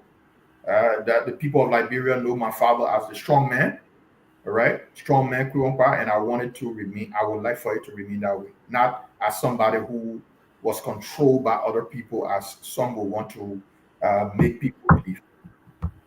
Okay, well, ladies and gentlemen, you have Honorable Kwewakwa here. Honorable Kwewakwa, most children, most boys sees their father as a role model and usually wants to be like him.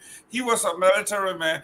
Why didn't you choose to be like your father by going the military route? Yes, I saw in the family, my older brother, Tom Jr., shows signs of being a military man from an early age. He was doing everything, that made everybody in the family to believe that he was going to be in the military. But then, unfortunately, things happened and that fell true. For me, I opted the other way. Now I'm a politician in Liberia, an administrator. I work with the government of Liberia with an impeccable record, may I say. All right. I'm somebody who is comfortable living with what I earn. Right. I am not moved by material things.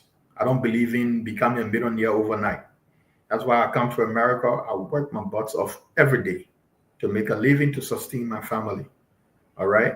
I do not believe it is good for somebody who has been entrusted in a public position to become a millionaire overnight when we don't even have water running all over the city of Monrovia, just Monrovia.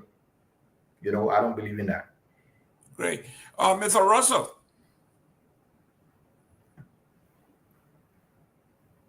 Yeah, thanks.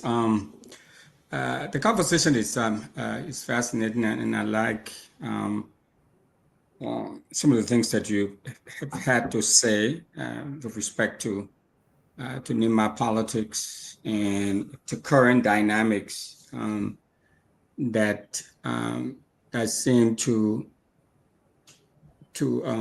inform the direction and the interplay between the politics in Nimba vis-a-vis the country as a whole.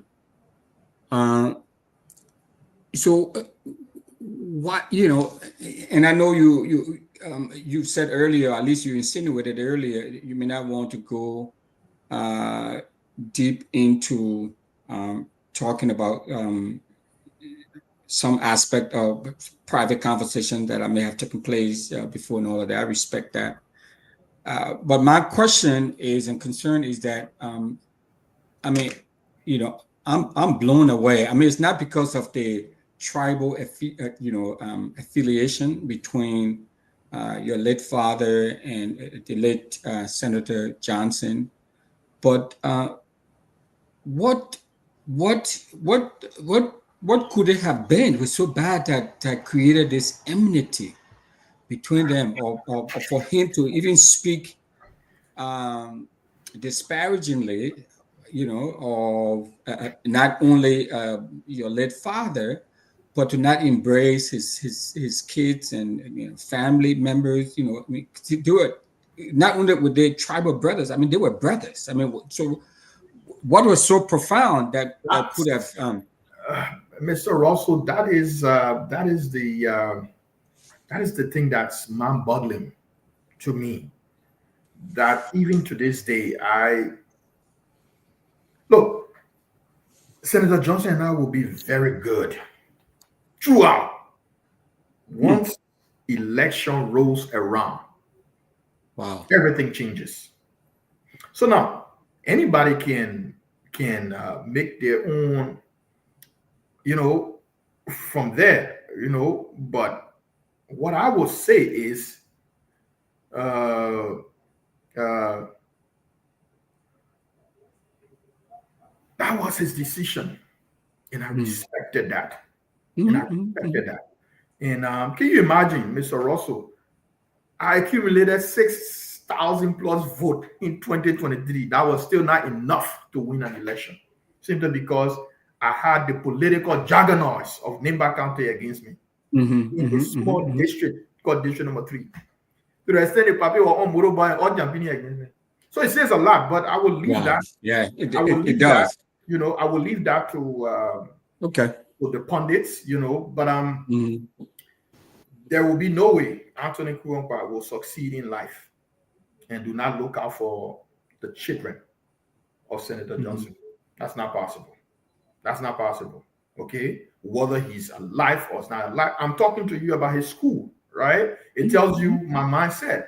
All right. Look, the first thing that I saw of my father was this video. I'm sure most of you have seen it, with George Boley. You know, my father dead body, with George Boley feet at his head and making statements. It will interest you to know that I have met Mr. Boley. I have met Mr. Boley multiple times, and I've said to him, how does that make you feel, though? Look, at the end of the day, Liberia is bigger than how I feel as a person. I had to heal myself. Some of the reasons that people went against me in Nimba County was because Samuel Doe Jr. is my very good friend. The story is deeper. Who am I to judge Samuel Doe Jr. for what happened between his father and my father when I was 2, 3, 4 years old? People took it personal that I invited Samuel Doe's son to Nimba County without their approval. And because of that, I was seen as a deviant to the cause of Nimba. But Mr. Russell, those things have not shattered me as a person. They've emboldened me to continue to do those things, because those are the kind of actions that we need in Liberia to move our country forward. Because trust me, every family who lost a loved one in that civil war also has a right to be angry with those they believe perpetrated the mayhem against the people. So if we all start to hold on to those things, where does it take Liberia? Where? Right? So I felt Samuel Doe Jr. and I uniting, and people seeing the genuineness in our relationship, was a good step in the right direction for reconciling our people of that country. Other soil otherwise. Maybe the soil that, oh, the young people begin one kind, one alley be man, you want alley, what it go, will step on, people mindset, right? People mindset.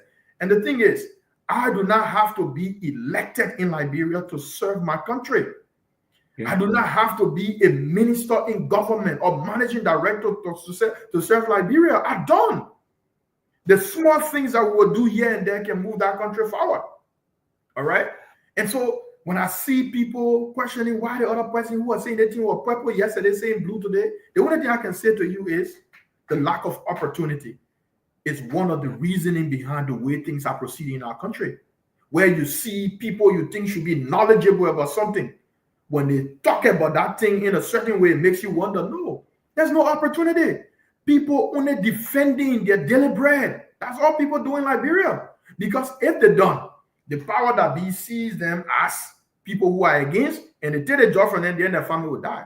But trust me, Mr. Russell, if Liberia was a society where my brother Pewee and myself can go get $2,000-3,000 job outside our government, you think I'm supposed to be worrying about what is somebody doing in health ministry or finance ministry or whatnot? No. But government has now become the primary means by which people survive. And so it doesn't surprise me when somebody who was criticizing George we are riding private plane yesterday, today, trying to justify what riding private plane is. It doesn't surprise me because I know those people are doing it because there's zero opportunity outside government. So they're doing it to protect their survival. Their livelihood. That's all. Great. Mr. So yeah, but okay. My second question. Let me push back a little. Now it's great that you have bounded. Sounds like pretty well with former President Dough's son. So you guys apparently have a relationship that is great.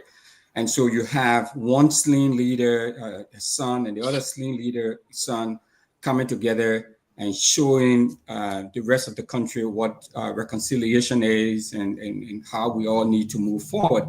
But so the both of you are on one side of all of that, of the divide.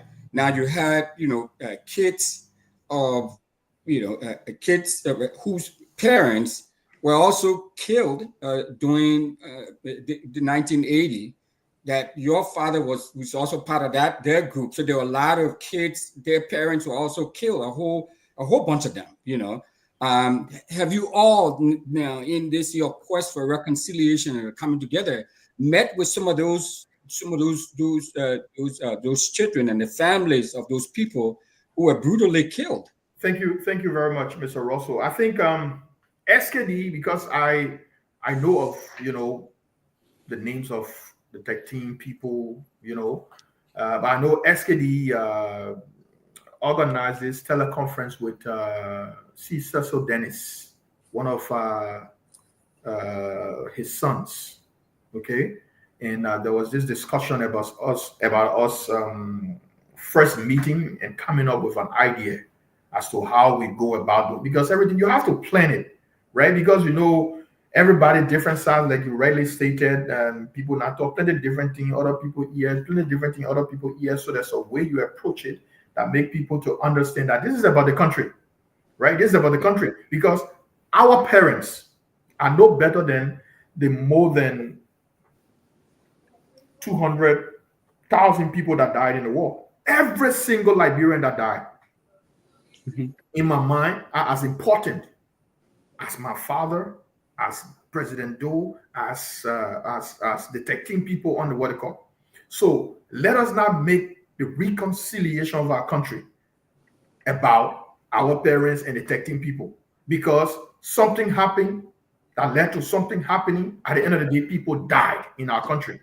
So we all must come together and say, listen, this is the history of the Republic of Liberia. We cannot get away from that. That's the history. But let us use our history as a motivation to move our country forward. And when I look today and see in the governance of our country, and see some of the things people are saying and the way people are behaving, it tells me that some people don't even know or understand how we got to where we are today.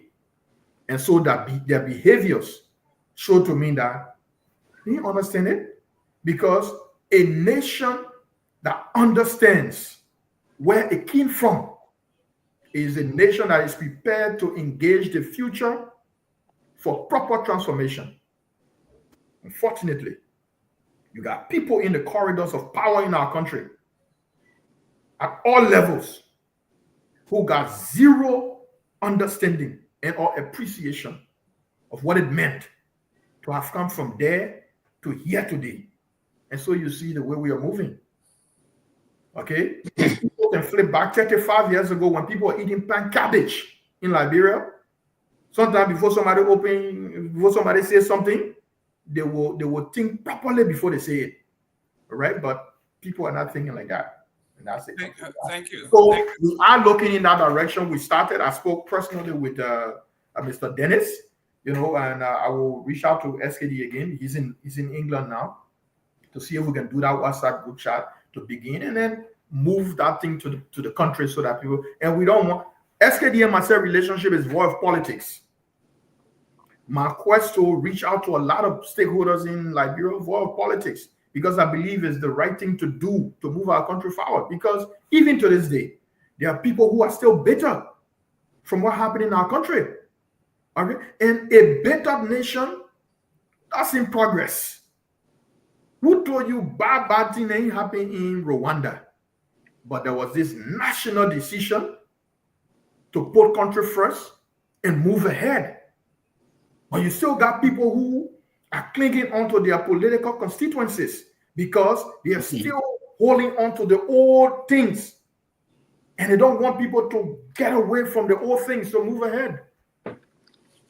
Thank you. Welcome to Victor Namwe, the Northeast Regional Chair, CMC USA. Welcome back to the country, Vic. It's good to be back. Thank you for having me. Good evening, everyone, and hello to everyone listening and watching. It's good to be here. Thomas, it's an honor, Mr. Kuyunkwa, to be on the same platform with someone bearing the last name of the late general.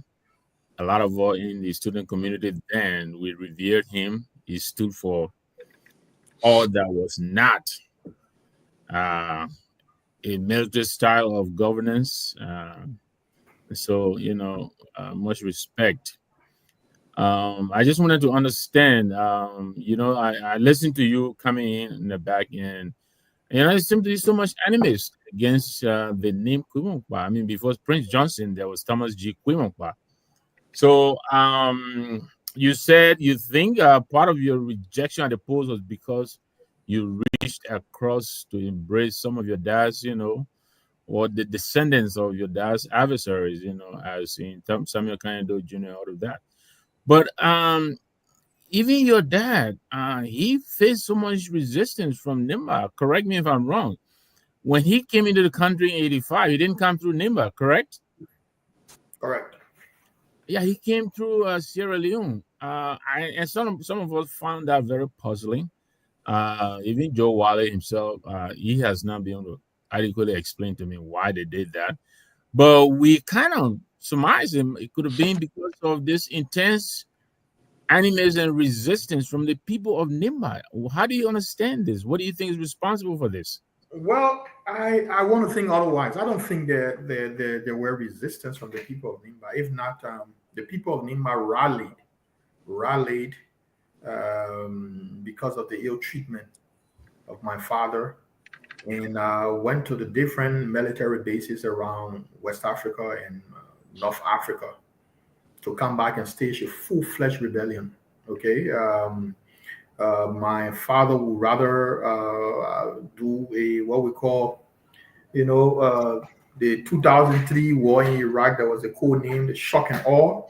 Doing a full-scale revolution will take a lot of toll on the people. So doing a shock and awe type thing will be okay.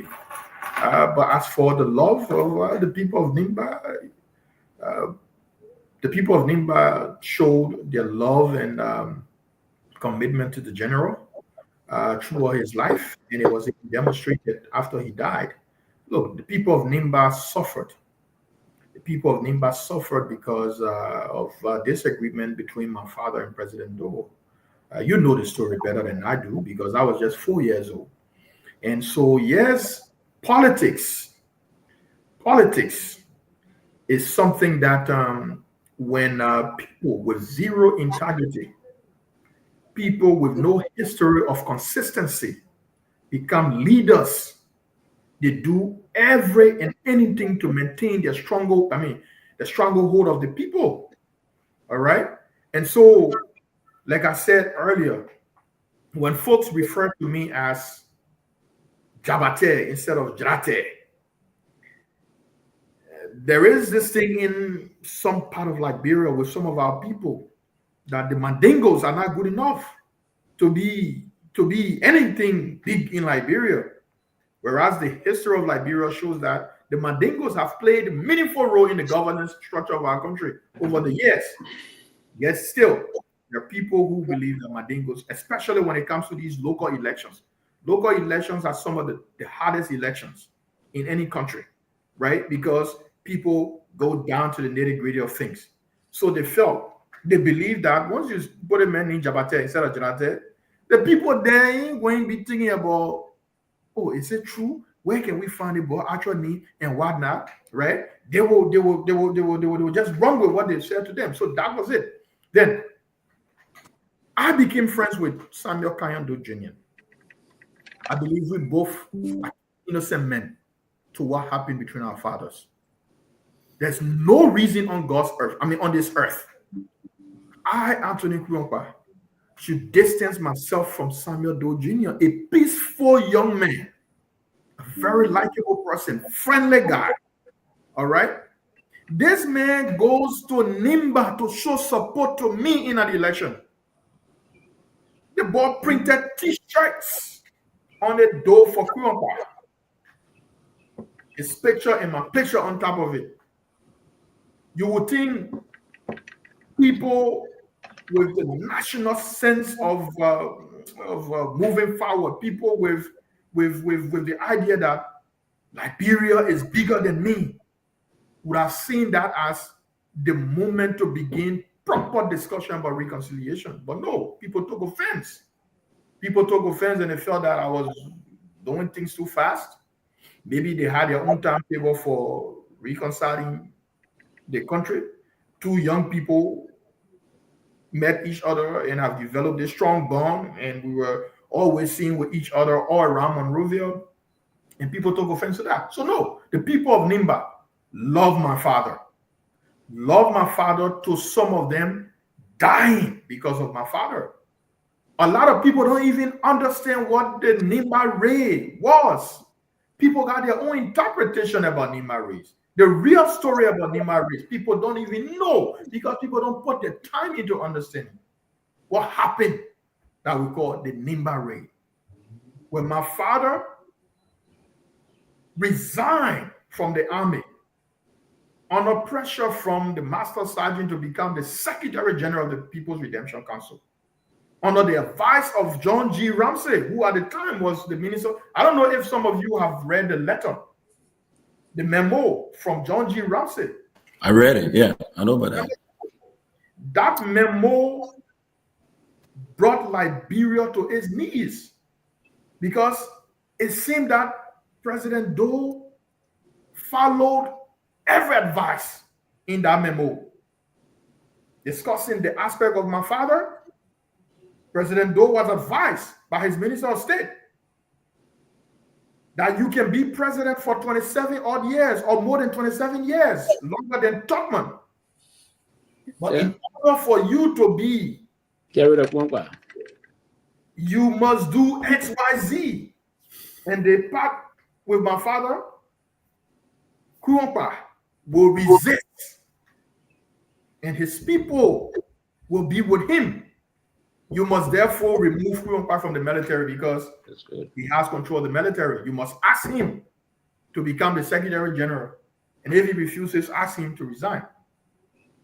my father resigned and went to Center Street to his auntie mother place. He left from Monrovia and went to Kehleboe Gongloe in Nimba County.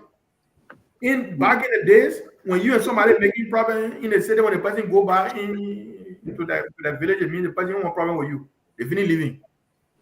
We all know what happened thereafter. My father came, and something interesting, my father came to this country. He enrolled at the University of Maryland, Baltimore campus. He was doing accounting and finance. And you know what? Several decades later, his son did accounting and finance. He both his undergrad and grad studies, right? And Johnny Boy Henry told me this. I had no idea whatsoever. So, Mr. Nambe, the people of Nimba love General Kurumpa, but politics has a way of making people to think differently. And so, some of the things you heard, right, with me, are people who were hearing things from politicians who felt, let us damage the history of this country, of this county, for political reasons. And so they will want to vilify people who stood up and took the name of Nimba County at the highest level in national politics. They will want to vilify them and make whoever underneath them to look like nobody in Nimba County. So that's politics. We understand. That is our responsibility. Thank you very much for the clarification. That is our responsibility to ensure the people of Nimba and Liberia understand who General Kurumpa was. Great. Pewee, you're on deck. Yeah, thank you. Listen, before we even push on to this, I know we've been having conversation around this issue about the politics and what unfolded in the past. The people asked a question, I thought also to just hit that.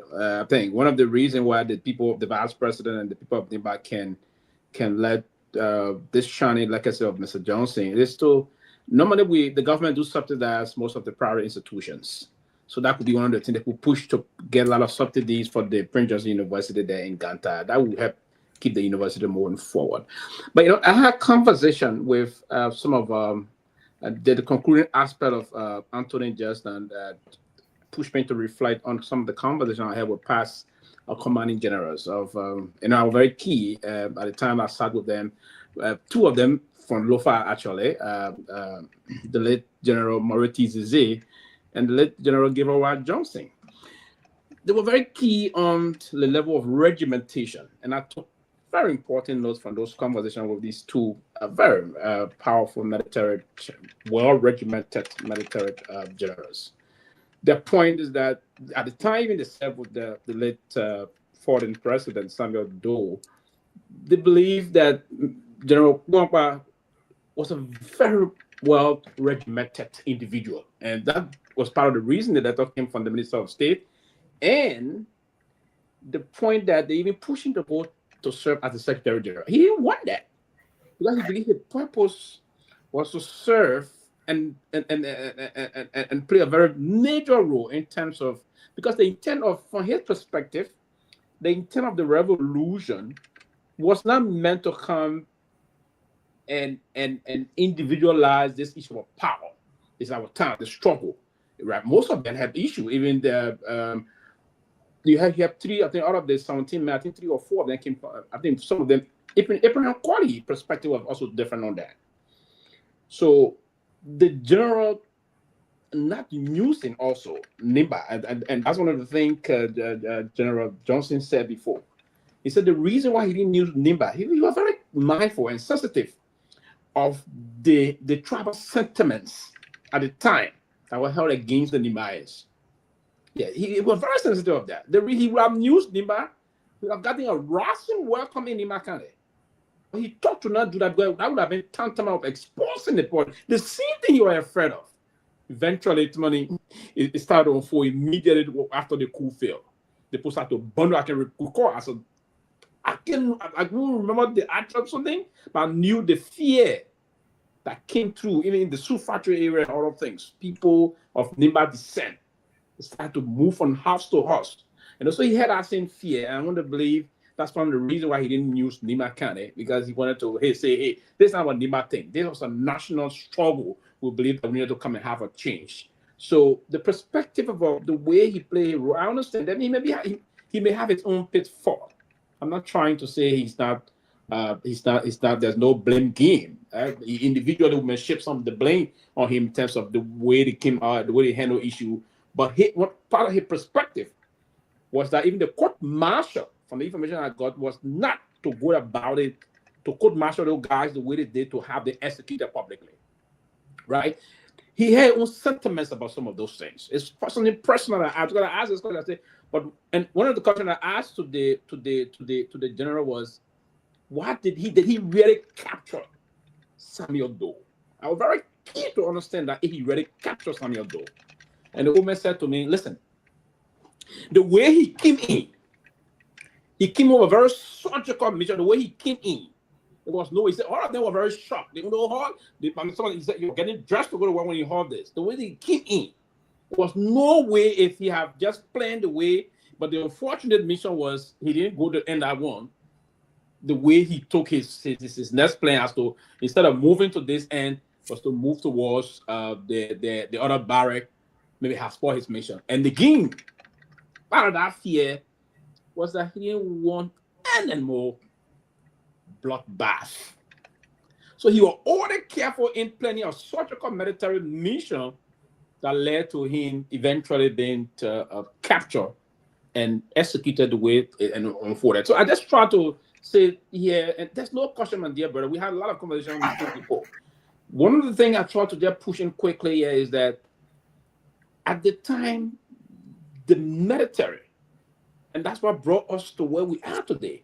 And I hope we push for more reconciliation. Mr. Lambe, you live far ahead of us to see most of those things unfold, right? But again, before the Nimba Raid, what had the Nimba Raid and other things, people shipped us on the blame. I think most of the top military general before said, and they celebrated him.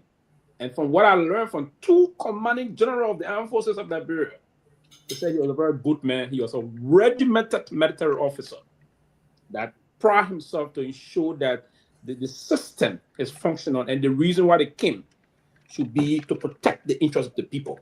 So that's the kind of a way. So it was just unfortunate he made his demise in under kind of very gruesome circumstances that we have to unfold this way. But I thought to just bring this up to acknowledge his day. I think, like I said, we just have to continue to push this, and like I said, we have to spread across to say, hey, there are still strong soldiers in the country, so we can move to. I think we all reveal him actually.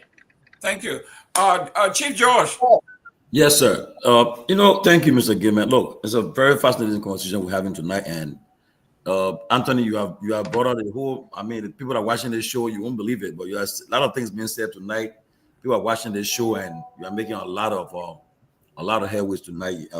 But again, I'll say this first. That people just said, and some of us were old enough to know the legacy of your father because to see what he did. For instance, he brought discipline in the army, and I remember came a time people were doing harassment was taking place. He stopped that. He put a stop to that. Okay. In fact, there were reports that a member of the council, when they go to council meeting, they have fist fight because he was one of those who were advocating the law. That people said we took power to save this country, but not to take power. 1985, we plan to turn the about the surveillance rule. And like John Mann said, he said that letter he wrote, a letter to strategy to how to remain in power after 1980. That's why he wrote that letter. Yeah, he just said that we have been power for 47 years. Yeah, and he wrote that thing. He brought the whole to my International Assembly, all that stuff. He did it. Now, when your dad became so powerful, so people very respected him in civilian and across the country, they tried to promote him as Secretary General of the Council. He said, "No, I want to stay in the barracks." So don't fire him. When they fire him, like you already said, he moved to his NT player, I think on Center or Carey Street. They call Edith Dinglish, I think, or do Edith Dinglish, right? Mary. Okay, yes. And while he was there, people used to sneak to go and visit him, people in the government. And they said they get issue a warning, said much to visit going back. So, and because of that, he said, so let me go on my farm. He went on his farm. We don't know that there was a general who they used. He was crawling in the night like a groundhog to go and assassinate the man. and how can that general got killed? People know the story. They're using to assassinate General Kweba on his farm. The person was crying like a groundhog, and he got killed. A popular general from Nima too. Okay, and then they came on an Nima raid, and everything happens, and he leave the country and so forth. But that was a lot of things happened. But you know, somebody sent me a question just now, and they said, "I asked you." They say, "Look, because people just didn't want any brand new viable in Nima politics. Thomas Kweba and Jackson F. Does were fighting the needs they were fighting for. However, they do not show no respect for the descendants. Why? And people, most of the time, you say, yeah, because the brand new, and perhaps now maybe they want is a movement for you, this is the moment now to step up. You said something profound. Let me end, right? The last election I just took place, local election. And you're just giving an analysis about the votes that took place. Right now, if Madam Kehleboe Gongloe had lost the election, but people should look at her votes and where she got the votes from. And if she continues to remain engaged in that county, she will be a viable person in 2029. People will look for her. But it depends on those who are running, who want to be, or who want to factor in the Nimba politics and so forth. But look, I will say this to you. I'm happy. Again, man, thank you for bringing this man to brother on the show. It was through your instrumentality. I mean, a lot of things happening. People watching this show and texting me here, and I'm hearing a lot of stuff. But you bringing some news, revolution taking place. But let me. The thing when you're some of those started, you'll continue to do it because people should not blame you. You're young kids. You have nothing to do with what your parents did. But for the fact that there's something I didn't want to. Yeah, go ahead. I have opted not to go into, but let me say this. Yes. Because I know a lot of people listening and all that. Yeah. For the first time in my life, I was at a point where I almost took my own life. This is me admitting to the public. Wow. Not even my mother, not even my loved ones have heard about this, but I will say it today. Wow. And that happened in 2023. I don't know if any one of you can remember when Senator Johnson took to the airways and said to people that I ambushed him. Yes, remember that. Garguah gave me $4 million. I tried to kill him in my hometown. Some of the things I heard some Nimba people say about me and my father, simply because Senator Johnson was on his regular propaganda, deflected me to the point where I felt it was useless to ever identify myself as a Nimba person. And you would have been, sorry, I'm not interrupting you. You would have been a cow if you're going to harm yourself. Trust me, I'm not going to forgive you. And yes. They said all they could say. People wrote the U.S. Embassy. Nimba people wrote the U.S. Embassy to have my status in this country revoked because George Weah had given me $4 million to buy arms and ammunition in Ivory Coast to disrupt the election in Nimba so that George Weah will win. People will call my phone and threaten to kill me.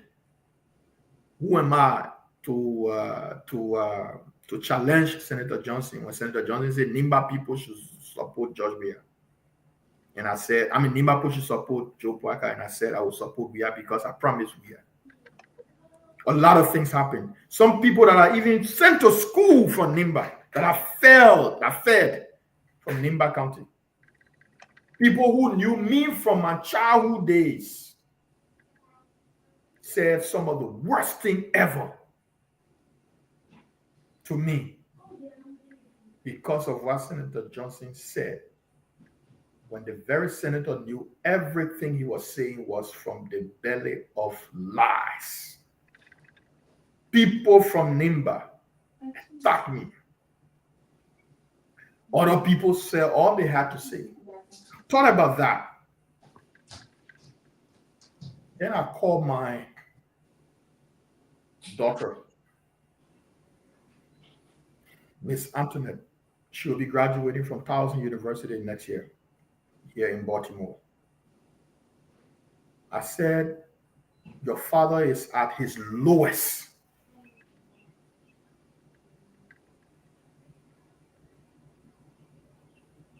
I need you to talk to me.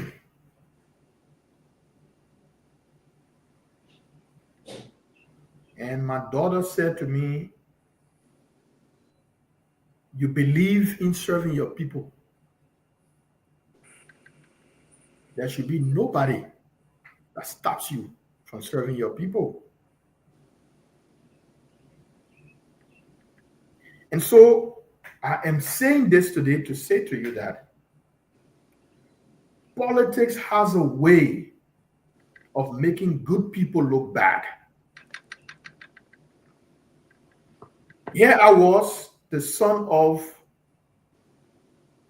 General Kuompa in Nimba County, being vilified at the point of being killed in his hometown.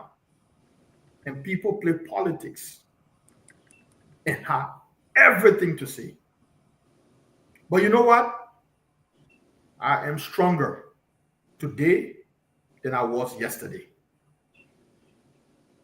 If anybody thought Kuompa is out of politics in Nimba, Liberia, then I mean you're not on earth. Because I am more emboldened to talk about the ills in our society. I am stronger to say to my supporters, Kuompa ain't leaving politics. Kuompa is on a mission. He's not leaving politics. And I'm thankful to the Vice President who, when I went to his house, said to me, my brother, our politics, let's move on. So we move on. But politics is something that when you don't pay attention to, you will lose good friends and families. Mm-hmm. What happened to the PRC is something that I've learned from, and I continue to educate young people that as much as we're involved in politics, we got to understand if we ain't play it correct, we will damage each other.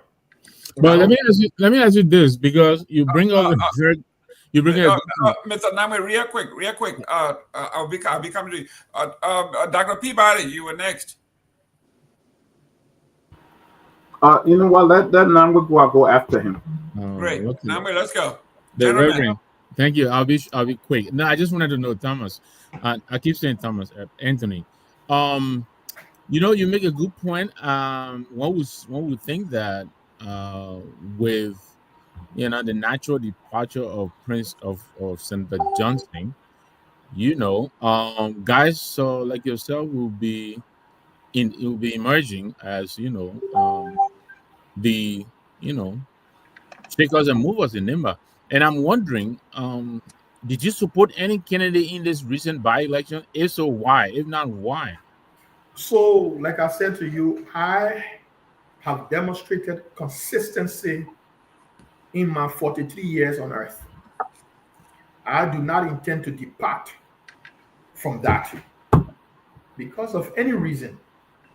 I believe for Liberia to be a better country, the issue of integrity, the issue of consistency must be placed up there when vetting good leaders for our country. I supported Garrison Yelu in this going election. Garrison, in the midst of all the attacks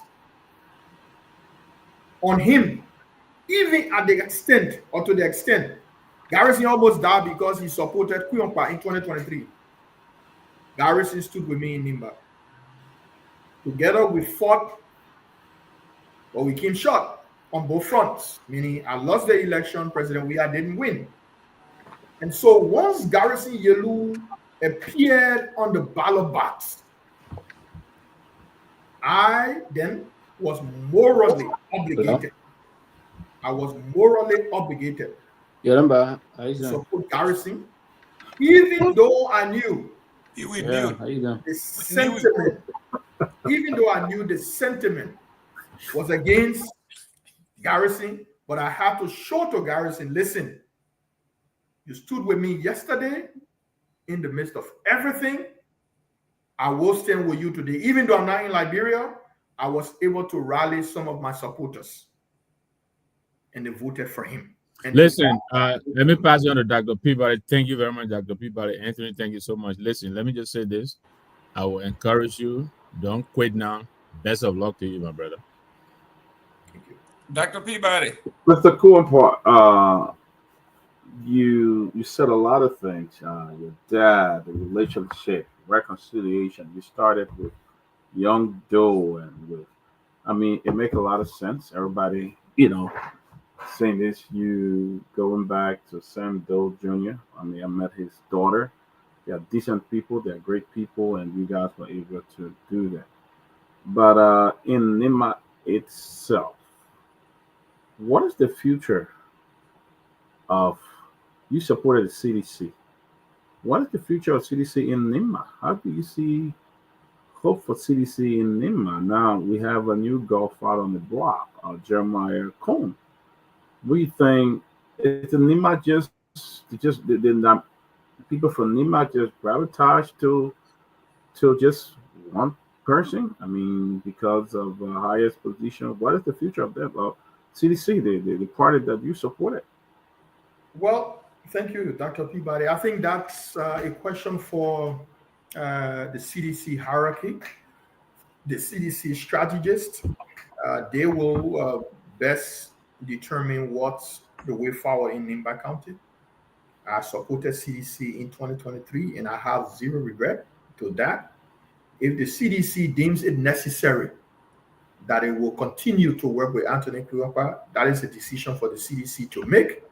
And I will leave it at that. With respect to Nimba gravitating to a particular leader, at least I'm 43 years old. I know when there was General Kuapa, Nimba County was beyond General Kuapa. When there was Jackson Fiado, Nimba County was beyond Jackson Fiado.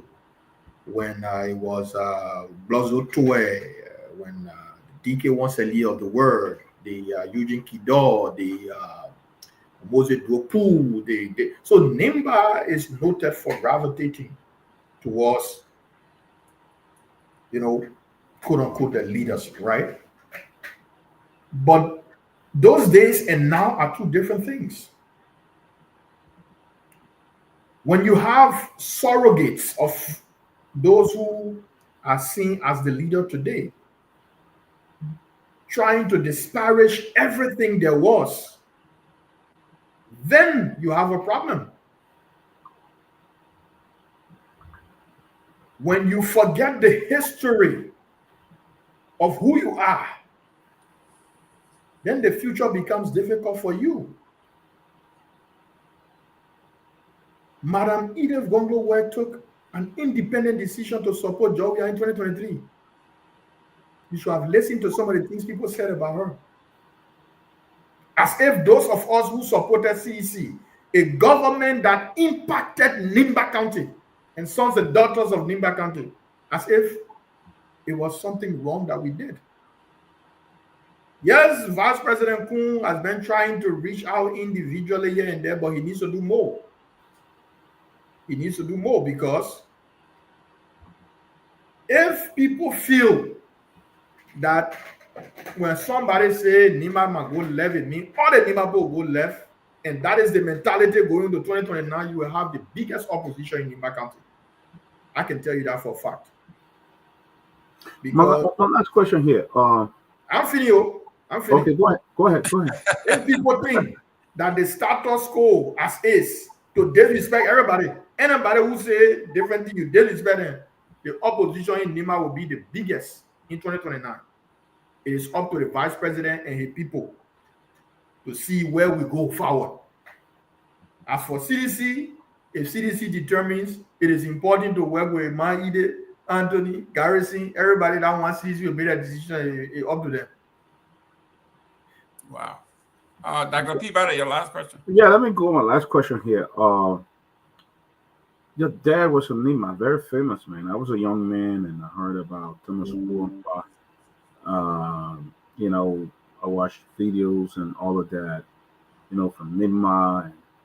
But people going back to Nima don't see any history of you know, we see the Prince Johnson, the father of Nima and all of that. But what do you plan to do anything in memory of your father so that when some of us go there, you know, I was in Nima about a month and a half ago, but I didn't see anything to tell me, hey, this is one of the sons of Nima who fought for Nima. The legacy. What have you got done, or what are you guys doing for his legacy to live on in Nima country? Well, thank you. That's a very good question, and look, personally. The family will do something. I can tell you that. Personally, the family will do something. But it's a shame that you have a county in Nimba. You have the people of Nimba that have allowed politics to cloud some of their judgment and try to downplay the impact of people before the current actors. But some of us are here. Whatever we will do it in our weak ways because we see that as our obligation. And so there are plans to establish the Thomas Kurunkpa Foundation. Once that plan gets to a certain level, the public will be notified. But as for Nimba County, is there? We have a vice president of the republic that we respect. But there are a lot of things that we tend to disagree on. But disagreements are important to have. They're good things to have in a democracy. Because if you can disagree with somebody in a democracy, then there's no need to say you're in a democratic state. So everybody says, so say one, so say all, then so say one, so say all. But we're not moved by those things. We're committed to what we believe in. And we will continue to advocate for the people of Liberia, not just the people of Nimba. Thank you. Welcome to Mr. Gongloe. Mr. Gongloe, how are you doing there, sir? I'm doing great. You are a teacher, so every time you come to class late, we got to chastise you. Next time you come to class, we will throw you out. No, but a good teacher can come to class late. On a serious note.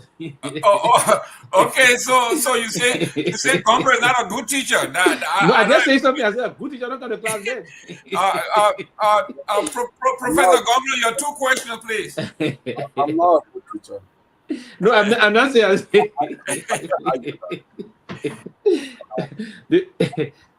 I don't want to tease my people that small. You know, many of the other people I want to take it small. It's all right. We got to make it live. Go ahead. I got you. Tomalin, how you doing, Mr. I mean, one of the best my teacher guy, you know, bro. I'm doing good, bro. What's up? Yeah, you know, we haven't met formally, but we've spoken on the phone. But now listen to you, and I just want to make few comments. I'm not going to be long. I came on the show because when I saw your argument, when I listened to the direction you're taking your argument, I was elated and I was happy that we still have men who are prepared to stand up. You know, after these by-elections, I talked to Dr. George Gompo, who was a candidate. I've been speaking to Councilor Yellow. He and I even spoke yesterday. Of course, I talk to Madam Way all of the time, including tonight. I think that the story Mr. Kurunkpa explained here is important for people to look into it. So even make a comment, I'll first start to talk to the general Liberian public. This whole idea that Nimba must have Godfather, but all the other countries no Godfather. I think it plays in the gullibility of people who just think that maybe Nima people are just a bunch of fools. That one person must decide their destiny. So we got to put Nima in that basket of deplorables to call Hillary Clinton. That they are just bad sort of people that just follow. One person can decide their destiny. One person can make decisions for them. When there's a country with a lot of educated people, a lot of progressive people, to even think like that was every time from talk show to talk show, you hear some people say, oh, so the president next Godfather. Somebody brought it to me a few weeks ago, and I said the question he asked is a stupid question. And moving forward, anybody who talks about Nima having Godfather will say you are a fool. Which country you from? Do you have Godfather in your country? So those are what I was saying was stupid. Garrison Yelu, don't bug it you can call your own coach. You can call your own coach. Because I think this is a dangerous thing to do. No, you're right. Go ahead. Sorry, I tried to teach you. Go ahead, Chief. To say in Liberia, all country has no Godfather, only Nima must have Godfather. And when you listen to Garrison Yelu, you are very clear on this. He gave the history. He said in 2011, they were sitting with PYJ on the Palaver at his house when he endorsed when he endorsed Ellen. And Ellen won the election. And guys, realistically, technically, there was no re-election or second round in 2011. Let's face it. CDC has officially withdrawn from the runner election. But legally, there must be a runner election. So now conducted a runner election. But we are on the ballot. So whatever endorsement was made in 2011 was a moot issue. It didn't matter. After that, PYJ, according to Councillor Yelu, PYJ said, now I'm the Godfather of Nima. But in 2005, he never called himself Godfather. Because in 2005, he supported President George Weah in the CDC in the runner election. And they lost. Weah won the first round in Nima. In the second round, there was a negative propaganda led by individuals that I know about Saludo and Weah in Tuzon and what have you, and they printed 20,000 of that newspapers and took it to all the villages in Nimba. And that changed people's mind against Weah. Weah could have still won the runner election in 2005 in Nimba. But that politics, I think the journalist who wrote that story, they call him Preacher Jiblazo, you were working with Ozevo at the time. There's our Ozevo, Kenneth Bear's story, newspaper where they planted the story. And that caused Weah. So, and Prince Johnson was supporting Weah at that time. You campaigned for him in Nimba in the runner election. In fact, there was this story of George Weah being the son of Jules Dopo, the musician. That propaganda, it was led by PYJ in Nimba at the time. I was there. I was not on Mars. I was not on Autospace. I was in Nimba. I was in Ganta. They led that propaganda. And the late June Dopo, Professor Joe Dopo, was not the father of Weah. But they launched our propaganda in order to get a vote in him. So, Mr. Kumba, I'm happy that you stand firm, because the dangerous thing that is happening in our community is that people are confused in Nimba, and they allow politicians to play the same old trick that PYJ played in the country. Now the new trick is, the new argument is, the Kumba say, I don't think this person is prepared to be president, or I don't think I support this president. Oh, you are against Nima interest. They are equating Jeremiah's personal ambition to Nima interest, which is intellectually flawed. If I was just telling someone, I said, let's dissect the fact. George, we are from Ground Crew. Let's go look in Ground Crew today. He was president. How Ground Crew is lifted. Who has been vice president? He has been senator. He's one of the most wealthy persons in Nimba. How many persons in Nima he has made them wealthy? It's his personal development for he and his family and girlfriends. To equate that to the whole generation interest, it's just sheer stupidity. It's just flawed argument to make. And I think moving forward, like I talked, Dr. Gompo and I discussed the other time, we're going to begin to even take this debate now among Nima citizens in the diaspora. Because sometimes this pedestrian logic is even perversive in the developed country here, where we sit here.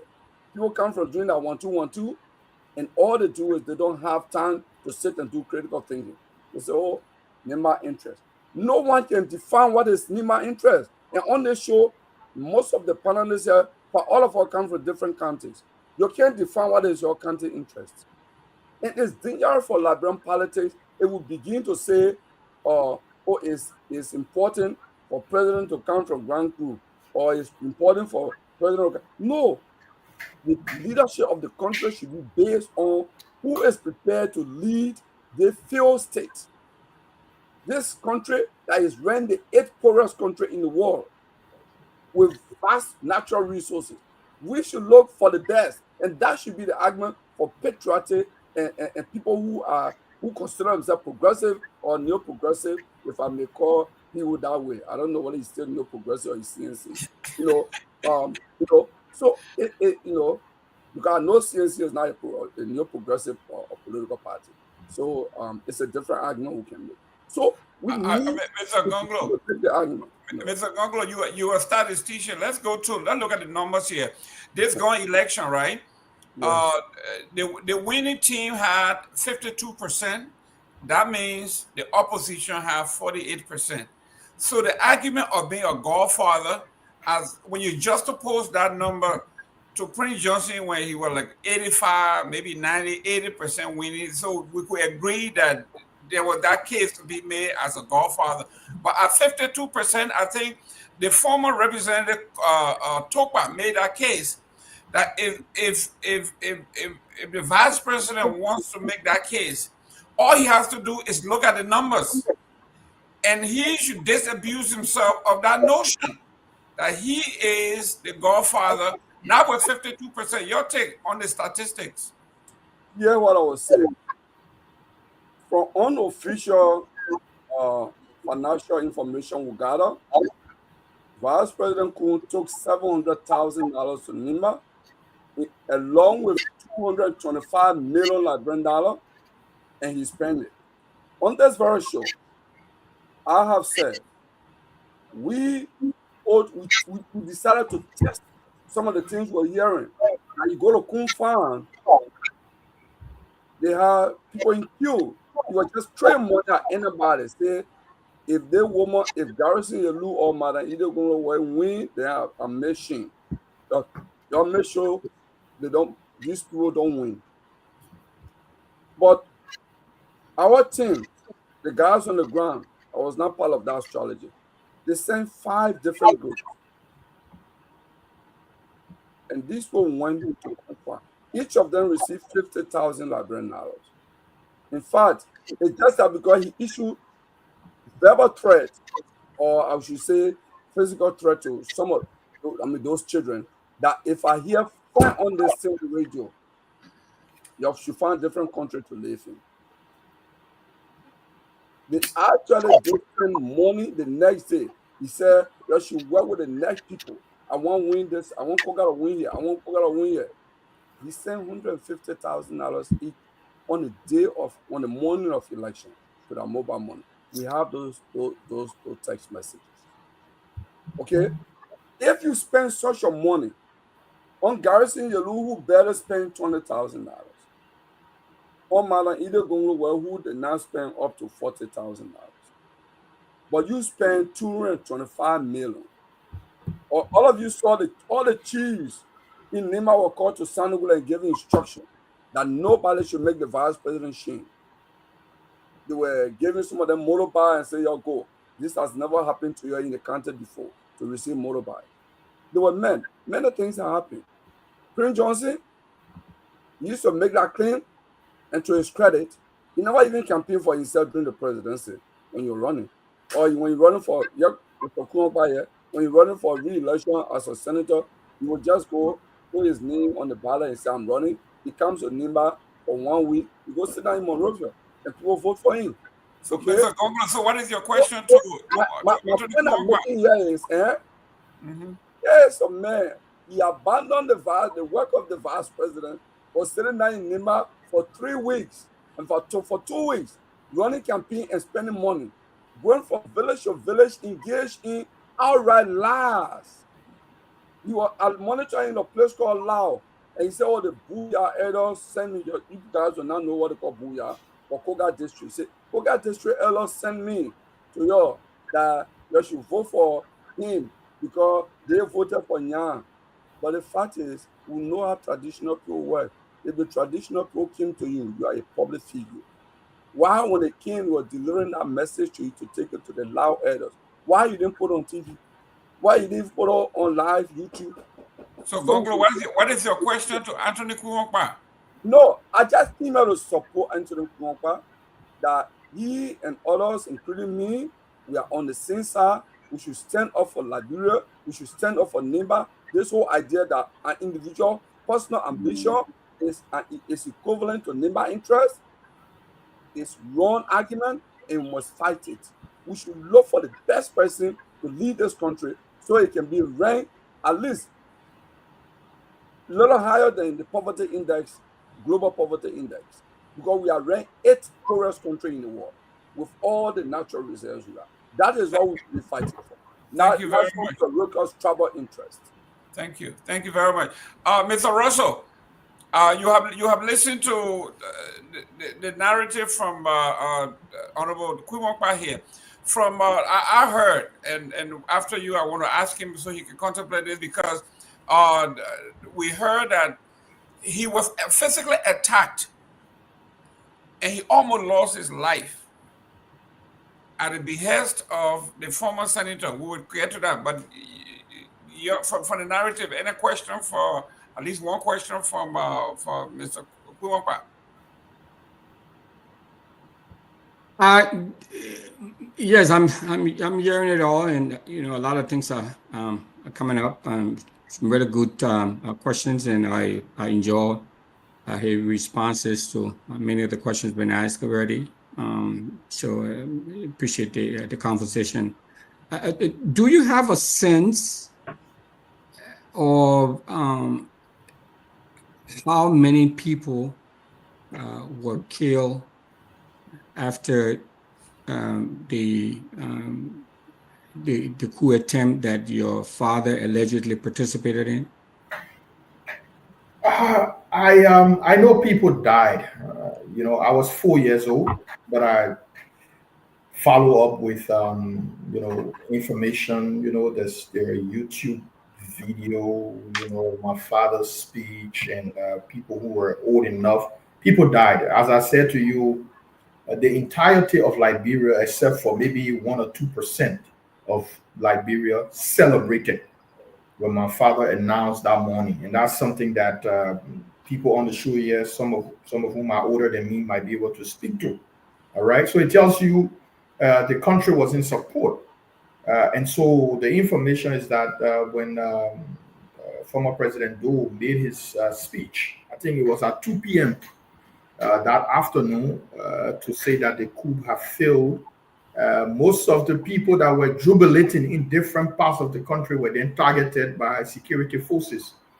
And not just that day, but days following that day, there are a lot of, terrible stuff that happened to people.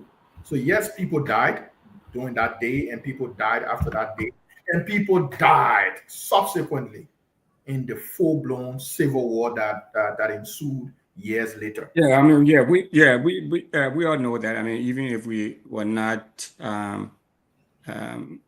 in a position of the age to reconcile some of the numbers that I wouldn't want to. But I just told you you had an idea as to the number of people. I know people died, but I wouldn't want to touch the number. And so okay, no, that's fine. The last one is that again, do you have any inclination or have you received any information? I mean, many people here that were sort of young, maybe not as young as you were, but there are a lot of people here who were young who didn't know all of what was happening at the time. But do you have an idea, maybe from history or from information that may have been passed down to you by others, or maybe folks close to your family or to your father, as to who may have compromised the success of the coup attempt? I mean, who betrayed your father or that or that mission? I mean, that you talked about how it seemed like maybe give and take, maybe about 2% or less than 2% or less than 5% of the folks in the country didn't want the coup to succeed, but the vast majority, the balance 95% or 90% of the people were jubilating, they were excited or happy that your dad led this effort. Who do you think compromised that? So I will refer you to the Truth and Reconciliation Commission, where there were testimonies provided by some of the actors of the 85 thing, like H. Bremer Fambule. He spoke extensively. Guar spoke extensively, and I think other people, even the late Senator Johnson, peace be to his ashes, spoke extensively about the coup and what happened and what may have resulted into the coup not succeeding. And so I want to keep it at, because they were involved, in the abortive coup. So I want to keep it at that level, because personally I don't know anything much than what they've said. But what I do know from people that I've spoken to, there were scenes of jubilation. We were living in New Georgia Estate at the time, right by some football field they used to call EDD Field. So my mother said to me that early morning, the whole yard was filled with people with palm touches jubilating all over, And my mother also told me this story. There was this soldier man called Tiara. I also want to use this occasion to really talk about Tiara. I mean, I know his full name just by the acronym Tiara. He was this tall crime officer. I think at the time he was maybe captain or major in the armed forces of Liberia. Because where we were living in New Georgia, we were the first family to move there. After we moved there, one of the PRC member called Jerry Friday, I don't know if most of you know about that person, Jerry Friday, moved there. And then President Doe AD camp called General Glay also built on that very road. General Smith, who passed recently in Philadelphia, Edward Smith also lived there. And then I think one of President Doe's friends, Miss Hawa Kimba, was also living there. And so when the thing happened, my mother narrated to me years later, that I think about 7 p.m. that night, Mr. T.R. came and got my older brother, my older sister, and I from the house and said, Phoebe, we can't keep the children here. The children leave here, we don't know what will happen, so I will carry them. And so we were at Mr. T.R.'s place for about 2 weeks. Yeah, because nobody at the time would have fathomed, T.R., a crown officer, having with him the children of General Krupa, And so we were there for 2 weeks. What happened thereafter, a long story and all that. So I'm told that T.R. died, 1990 and all that kind of stuff. So hopefully some of his families will be listening today, maybe one day we can get a meet if he has anybody around, to thank them too. Because without that intervention, that very moment, maybe there's no Anthony Krumpa today, or there's no Thomas Krumpa Jr. or Dede, in fact, So I just want to be thankful to them. So yes, so I wouldn't have, specific numbers, but what I know for a fact is that a lot of the country celebrated. The finance minister, Augustine Gaffon, narrated to me in 2005. He was at the, I think, Vonjama Multilateral High School at the time, and they were jubilating that morning on the campus, And so the story is like that. Yeah. Great. Well, thank you, sir. Mr. Ahmed, Yeah. you coming to class late. I'm warning you. You're gonna get a red mark on your final line. But welcome to the show. You got any question for the Honorable Kuyongpa? I know you've been listening.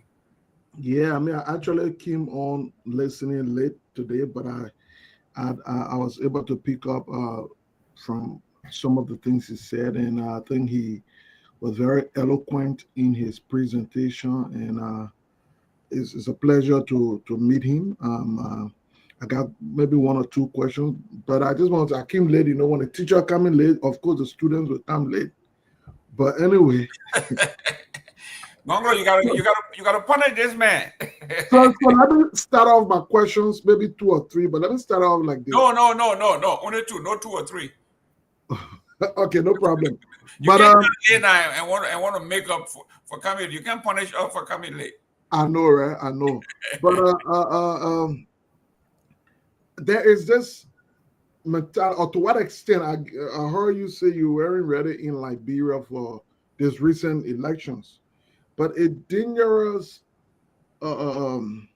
politics was introduced. Clearly, that became a national discussion, which was a politics of tribal. I mean, of course, we know politics tend to have those characteristics in there, but it became obvious, particularly so when it was coming from the vice president.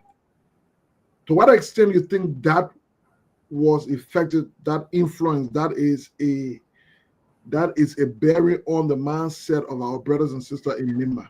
The politics introduced by Jamago when he said these words, "There is the time for the Guar people." Thank you very much. First of all, I do not subscribe to that form of politicking. I do not believe it. My father, General Kuyongpa, was a Nimba man. He was the symbol of Nimba County, not one tribe.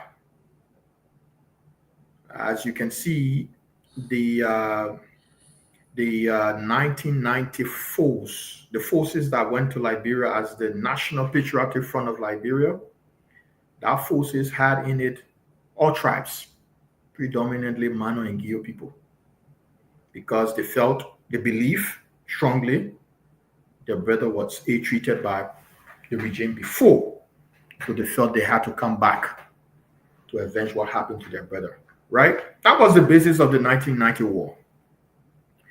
And so I know myself to be a Nimba man, but importantly, a Liberian man. And I will hope and pray for the day when we will all say we are Liberian people, void of saying we are Gisi man, we are Pele man, or we Maningo man, or we Loma man. And we need to think Liberia. What has anybody benefited from being a Guar man or a Mano man, or a Maningo man, or a Crew man, or a Grebo man? Politicians take advantage of people's inability to process information, and they capitalize on that. That politics introduced in Nimba a few weeks ago will go a long way in shaping Nimba politics. Why do I say that? I say that because I saw the results from the election. I critically analyzed every voting center in Nimba County. And what that said to me was, as much as I don't like to talk about it, the Mano people rejected that message.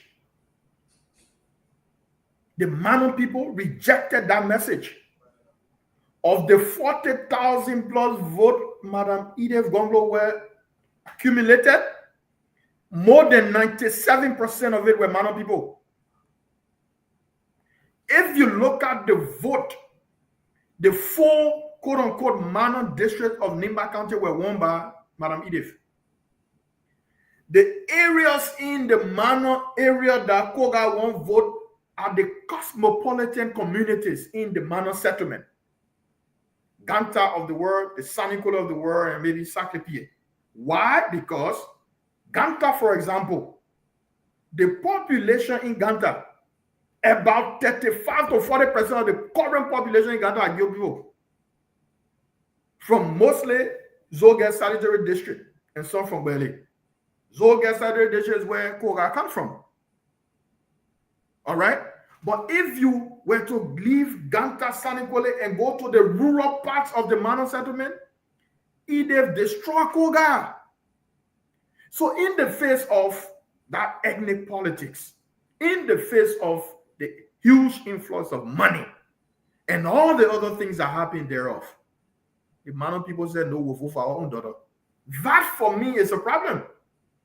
And when you go to the other side, you saw the votes that were coming from predominantly Gio settlement.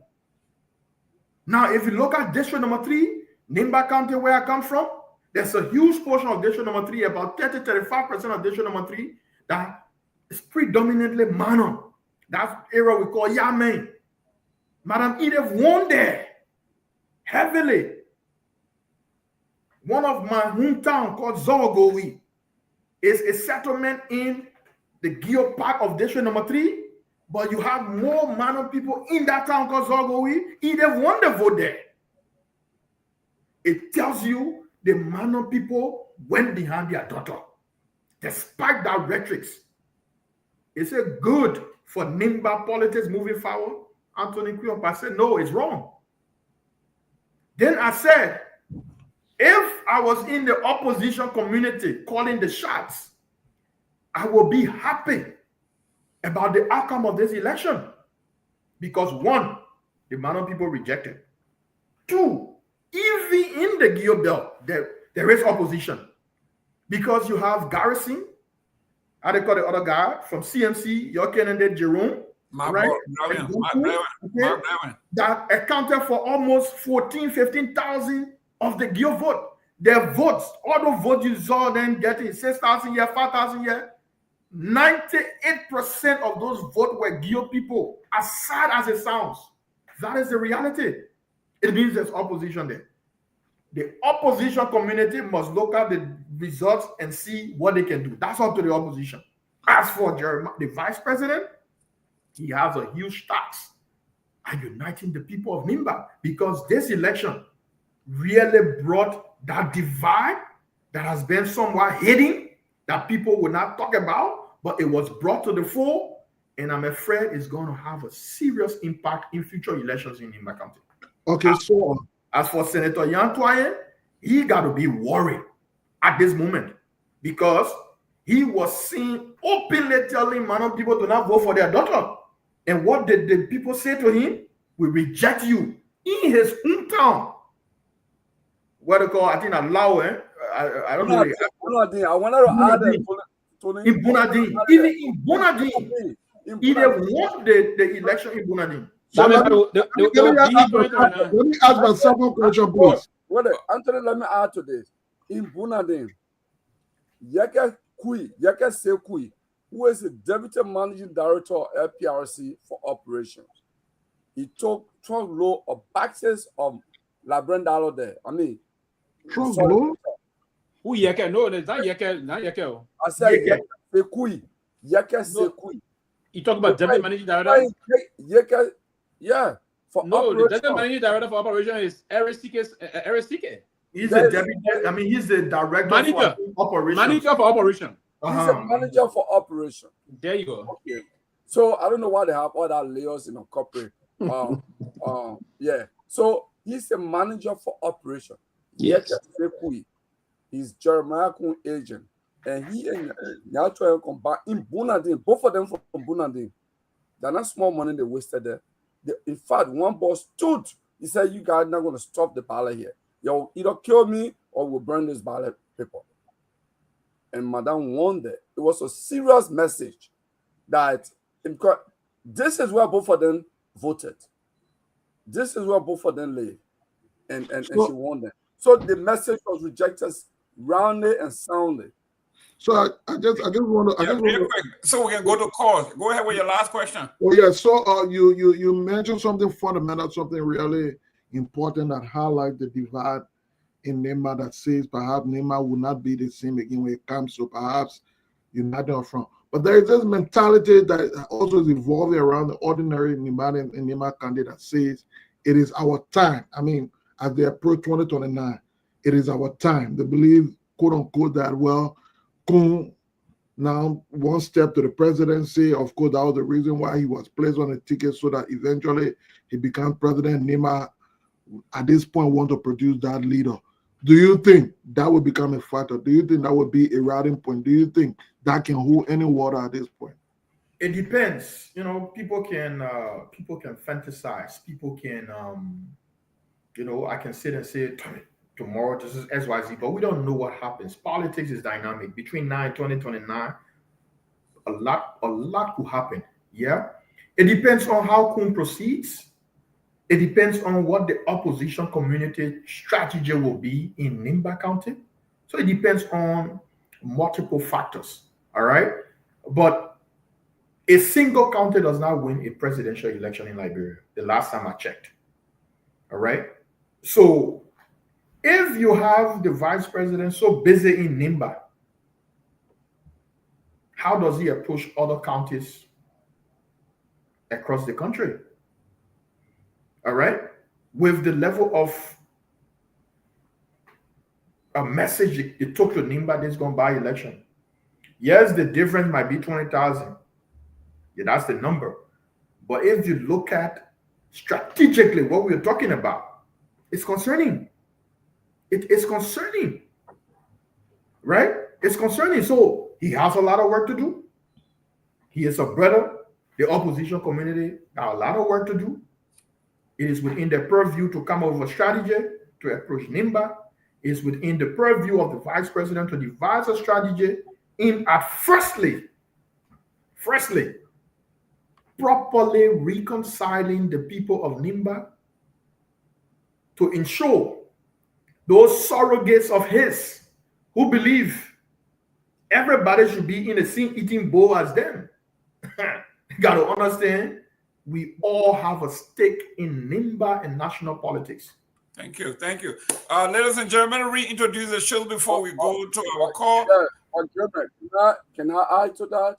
Because this is a Nimba issue. Those who are from Nimba give. But this is not a Nimba show. This is. I want to know. I want to be Nimba politics. Yeah, it's not a Nimba show. I come. Go ahead, real quick. 30 seconds. Yeah, go ahead and we'll say something quickly on it. Did you read Communal Cry statement on Facebook? No. He said Nimba will declare independence and will make all the rest of Liberians slaves. No, again, let me say this. And if the Nibians, and that's the position that will be coming up, the Nibians have to be very mindful.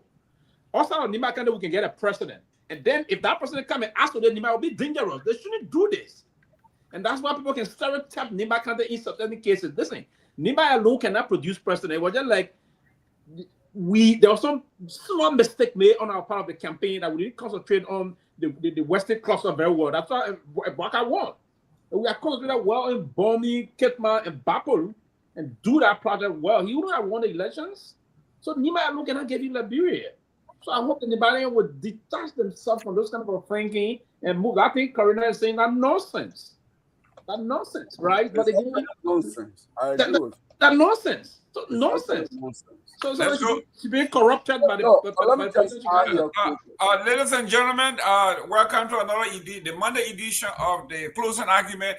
Our young folks in the studio need to go home. We need to take at least 10 minutes, take about 5 calls. Myean, how you guys doing? Yes. And how's everything on the ground? Yes, everything is good from my end, yeah.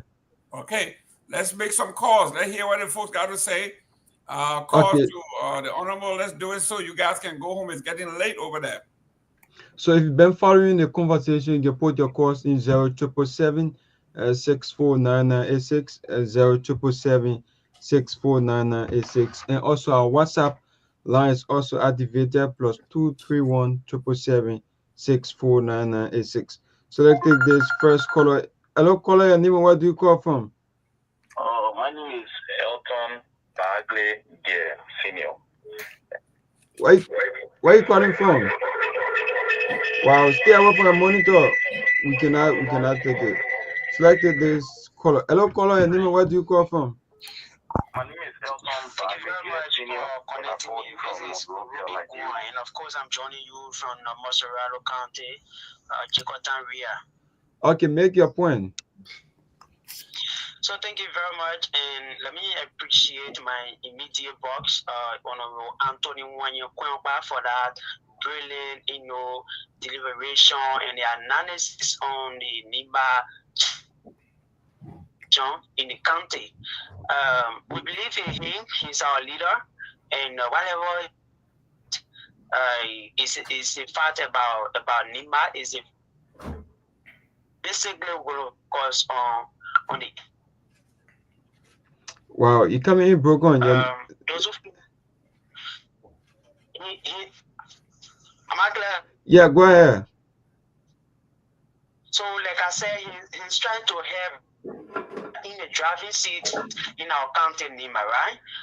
All of the analysis he gave in happy road for people who are in a driving seat in our county. But well, allow them to look into the direction to unite Nima or to continue to use their agents to because what is happening in Nima, I can say for sure is that we cannot blame the vice president like 100%.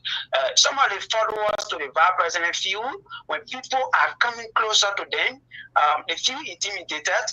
They feel that somebody is coming around to take their place. So at the end of the day, they are causing problem for the vice president that he will not be able to control. Okay. But see what happens into the just in the by-election. My bossman rightfully stated, right?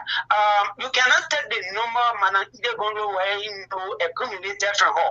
You cannot take the number Mike Blue accumulated from him. You cannot take the number Garrison Yelu accumulated from him. How can you get those numbers? And like my bossman said, there are oppositions. That statement that is give people time. Thank you. So let's take this caller. Thank you very much, and I appreciate all of you for the time. Okay, hello caller, Nima, where do you call from? Yeah, this is Joseph Curry calling from New York. And I really appreciate it, and my brother Anthony Nyenwolo, those are things that we expect. Because we all need to come together. It's happening development of the nation instead of the ethnicity crisis that we have. Nigeria is for everyone and all. I really appreciated the words I heard from me. That encouraged a lot of us, because we are 15 years old, when your heart that thing happened when you die. Can I go down there? I think we were from, Sebastian on 4 Street, and we all were there. But I really like, appreciate all of you, on the platform talking about nation growth. Not just about individual or any other tribal ethnic group. We all should be talking about Liberia because it's a small place. We are all connected. Let all help to lift the nation instead of individual trying to steal or corrupt the nation. These are things. Our children, we need to educate them for the future. Every one of us, Nigeria is for us. Thank you very much. I appreciate the time. Myean, real quick. Real quick. Your name and where you calling from, sir? My name is Melinson Yadro from New Jersey. Go ahead. Yeah, I want to thank my brother Anthony Nyenwolo for the brilliant deliberation. But the thing that draw my attention to core is that Russell asking question, betray your daddy and how many people die in the November 12. November 12, there is no statistic on it. Like why you got statistics on the Liberia Civil War and say 250,000 people died. Nimbanians were slaughtered all around Liberia. Nimbanians that were in the armed forces of Liberia, in various security forces, they were slaughtered after the coup failed. Even in Nima County itself, Chaju executed prominent Nimbanians in Ikepa. The late Eugene Kido, Yasu Wedodie, or Dikemo Sedi rather, they were all killed in Ikepa. So there was no statistic on it. Nimbanians were slaughtered all across the country for jubilating, just for jubilating. And besides that, as to the question, who betrayed your father? I was 19 years old. I was in the 9th grade, I didn't get it far. When Nyenwolo spoke last day, fellow citizens, this is General Nyenwolo speaking. The patriotic force on my command has seized power. Samuel Doe is in Hardy. there is no escape for him. Based on there is no escape for him, we believe that Kumba could not last with the Liberian product. He didn't arrest though.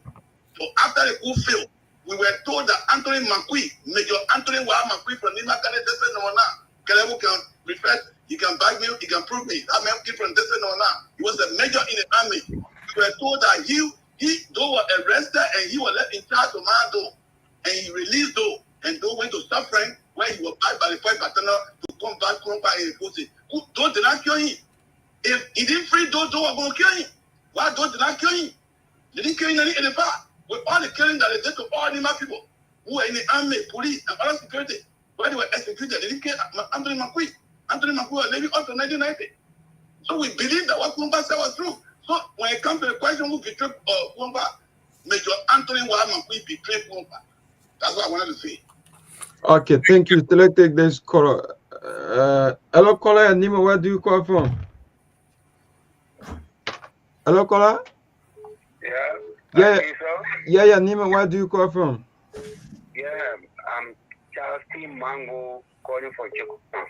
Okay, make a point. Yeah, brother, a lot of people are talking over there. We are waiting for them so they can come back. So they Anthony and Bongo there. You know what? What I know about those people then, they are well appeasing to all. They look at their roof. When they see their friend on road, they want to be and kill them. But that politics are way by politics now. We're waiting for people to another come by in my country. The same thing they do with Senator Johnson, I think they want to do it. Okay. So now where they came. Thank you. Hello, caller. Nima, where do you call from? Hello. Yeah, Nima, where do you call from? James Calapan. Go ahead. Hello? Yeah, go ahead. Yes, I was just calling to enlighten some of what Anthony was saying. Anthony is just a footprint of photocopy of his father. John Kumba was from Nima Egio, but he did not believe in tribalism. This is a man that took everybody that came his way. And some of the information I've heard that they killed Kumba, nobody killed Kumba. The people that they take it, that they killed him, did not. So I just wanted to throw in that part. And Jonathan Anthony, who is over there, he's just showing the true photo or the true behavior of his father. Okay, thank you. Let's take this call. Hello, caller. Nima, where do you call from? Okay, my name is Prophetess Dere Fewa Kumba, calling from Broadview. Okay, make your point. Hello.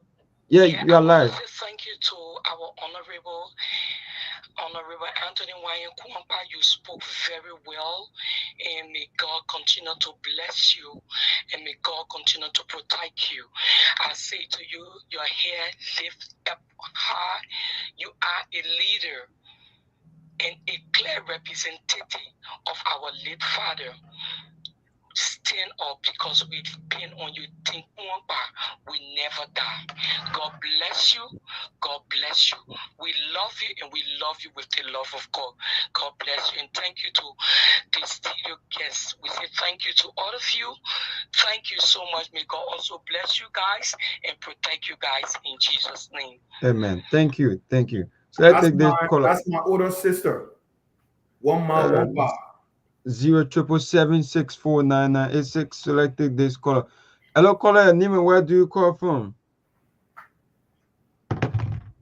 Hello, caller. Yeah, Nima, where do you call from?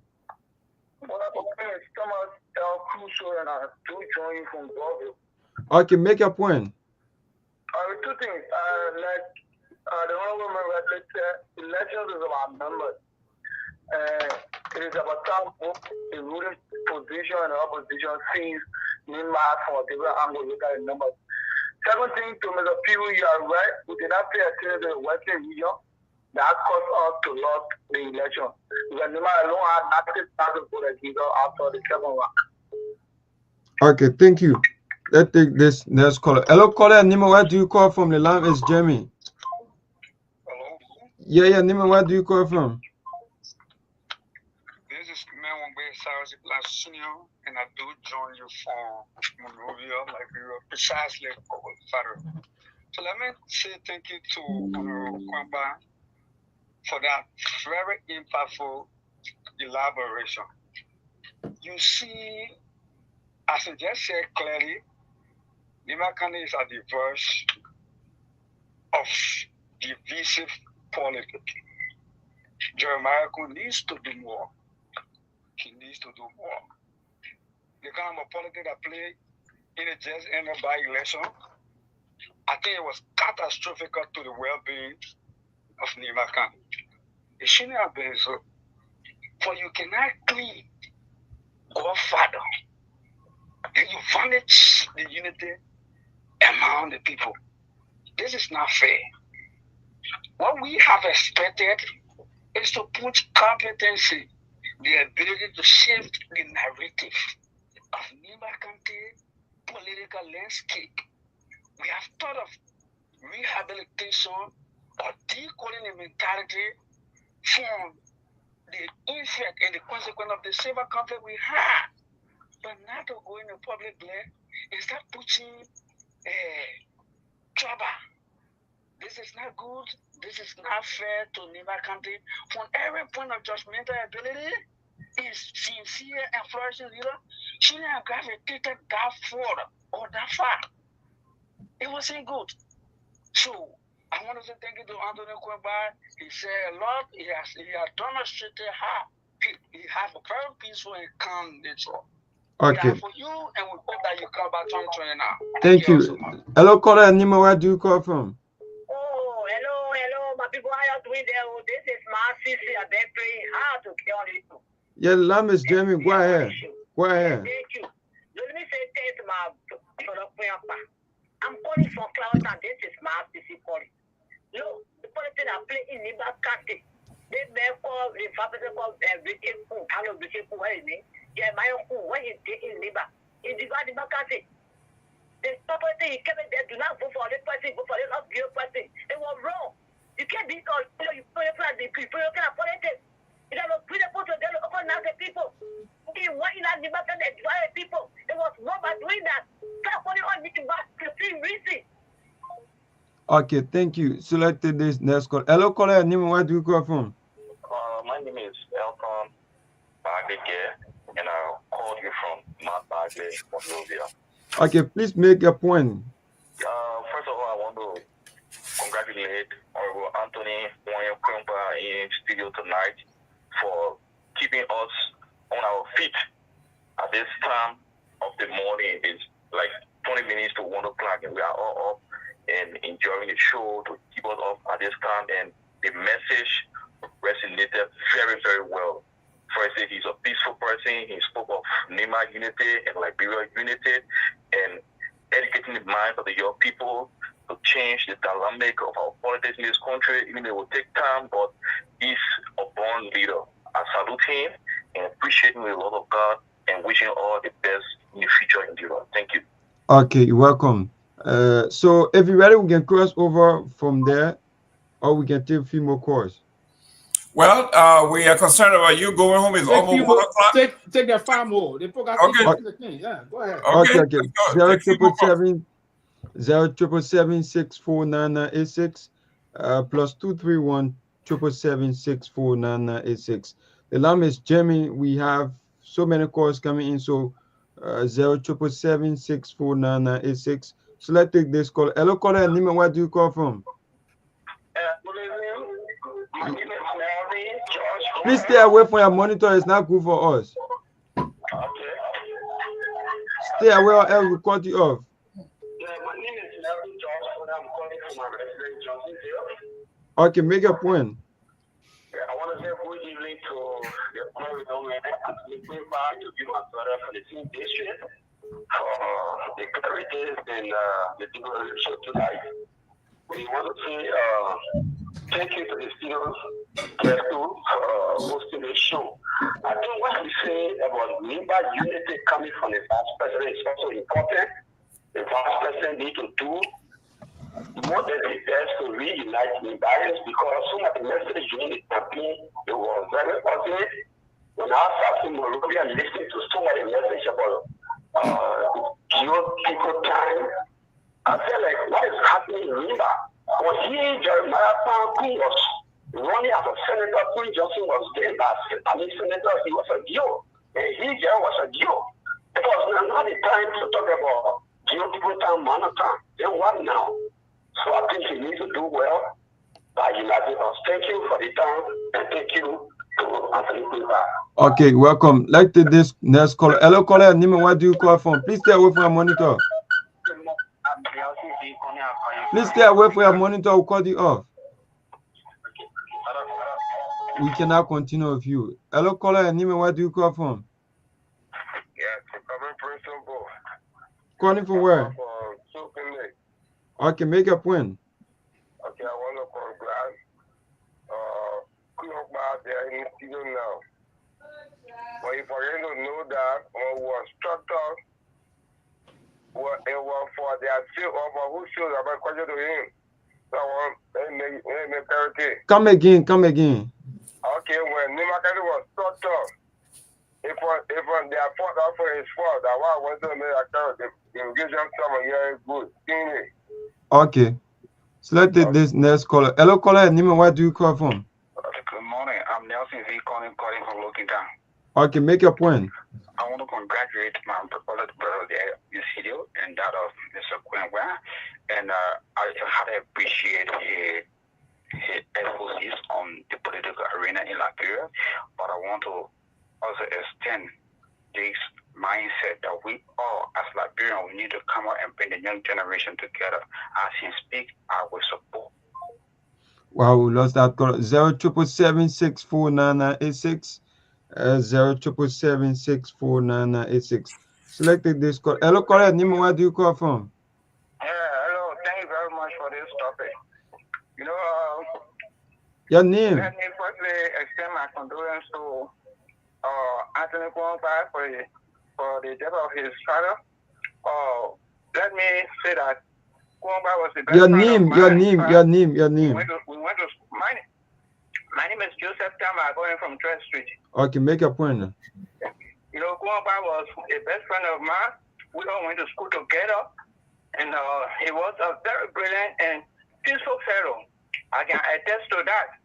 In fact, I searched his record in our school and found out that he was very, very brilliant. So I want to extend my sympathy to his son.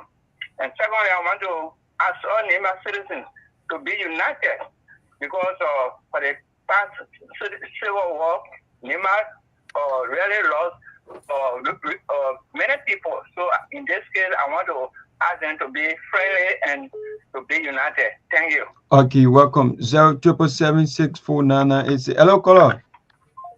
Wow, we lost that caller. So let's try to take one or two and cross over back. 077764986. Hello, caller. Nima, where do you call from? Hello, I'm Abo Wutu calling from Do Estate. Okay, make a point. My point here is that I want to congratulate Mr. Guar for his exposure.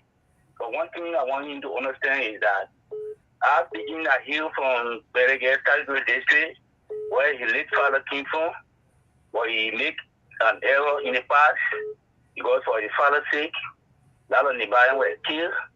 The reconciliation he talked about, since then he came, he had not reconciled with the people of Limba County. He had not done anything, though he was good, for him to reconcile with friend with the son of Do. But what they need to do is that we all need to get together, because in the past, people used to say, where are you from? They were talking about the mistake Jeremiah Coon made. Jeremiah Coon made it clear. What I wanted from him was that he sat to observe, because there are not only Mano and you in Nima County, there are a lot of tribes in Nima County. He sat and observed as to whether some of these people, brother Madingo men, will come in. This is why he waited, and he went through the elders of Nima County to talk with the other brothers. But because of our consistency with the youth of Nima County, with the city of Nima County, we felt that we want to bring Nima County down. We will not listen to our elders. This is what made Jeremiah Kun to come in our direction. So it will be very prudent for all of us to just forget about well, as the Liberian said, they would like to say, which of the country you from? What tribe you from? You stranger. Let's try to do away with it. The English word stranger, and consider this country Liberia to be our common denominator. Okay, let's take this last caller. Hello, caller, and name and what do you call from? Last caller. Stay away from your monitor. Let's take this person in place of you. Hello, caller. Hello, caller. Hello? Hello. Yeah, name and what do you call from? Okay, make your point quick. Okay, I want to thank the judge, Guar. I want to thank him for a reconciliation between the Nema County people. And then I want to tell the Nema County people about this trapper policy. It's not good. Trapper is not good. That what bring into the parliament today. They should forget about the trapper lazy. It's not good in politics. Because if she get another trap, become president today, and say because the people are so trapalistic and decide to do XYZ, it will be bad for our country. So they should get away from it. That's what I have to say. Okay, thank you. So, Mr. Keme, you can take over. Great. Ladies and gentlemen, thank you very much for tuning in. Great show. We know Myean has to go home. It's 1 o'clock back there. So let's do the closing, guys. Let's take 1 minute each.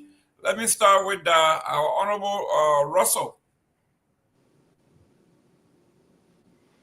Thank you. And thanks to all the callers, all the viewers. Apparently, this was a pretty exciting and well listened to show. So I appreciate you trusting us with the information and honoring us to come in all the time and listen and watch us and all of that. We're humbled by that. Also, like to say thanks to Mr. Kuyongba. Thanks for your presence here today and for sharing all of what you share with us. Again, we extend our deepest sympathy to you and your family and all of the families that have been impacted over the years from all of the atrocities that we've seen and we've experienced. I just want to leave that. I mean, I think we asked you a lot of questions. We've said a lot. I think it would be great to have you back, and so we can talk more deeply about the politics and all of what is going on in Nimba. It didn't look good this recent election, but I think there's lessons learned. I think there's a lot we can learn from what happened, and we can hope to use the information that we receive and put it into practice and ensure that what we saw happening during the by-elections, especially the negative side of it, that it doesn't happen and it doesn't define who we are, people from Nimba. So once again, appreciate you coming on and all of what you have to share, and our deepest condolences. Thank you. Honorable Gongloe. I thought we'll go to the guest first. Sir, Gongloe, you next. So, yeah, what I would say. Good show. Anthony, I'm happy to connect with you informally. We haven't met. I hope one of these days we'll meet formally. But tonight I think the case was made. I'm not one of those who believe that we need reconciliation because there was election. Or in a constitutional democracy, everybody has a right to choose. So in the electoral process, what people exercise is a right to choose.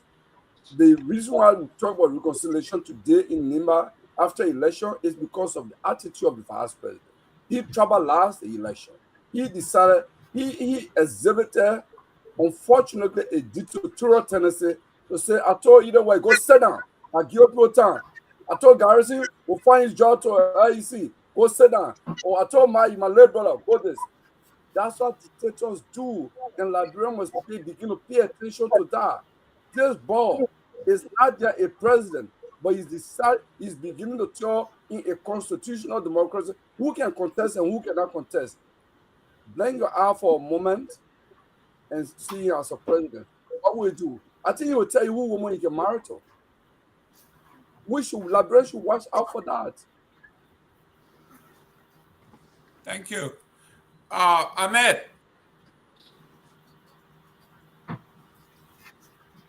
You are muted.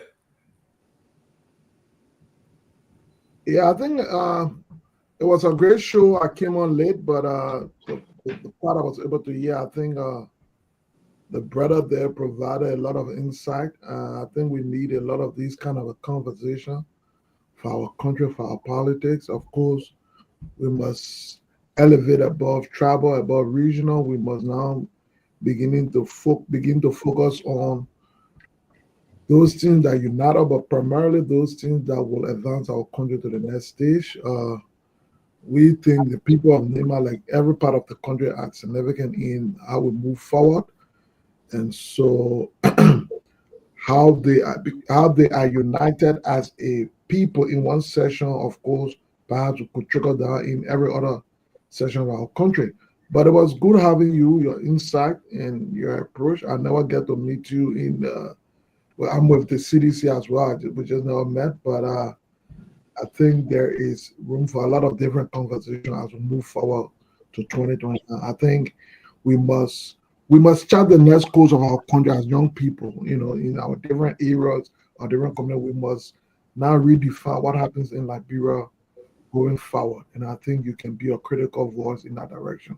So it was good having you. Thank you.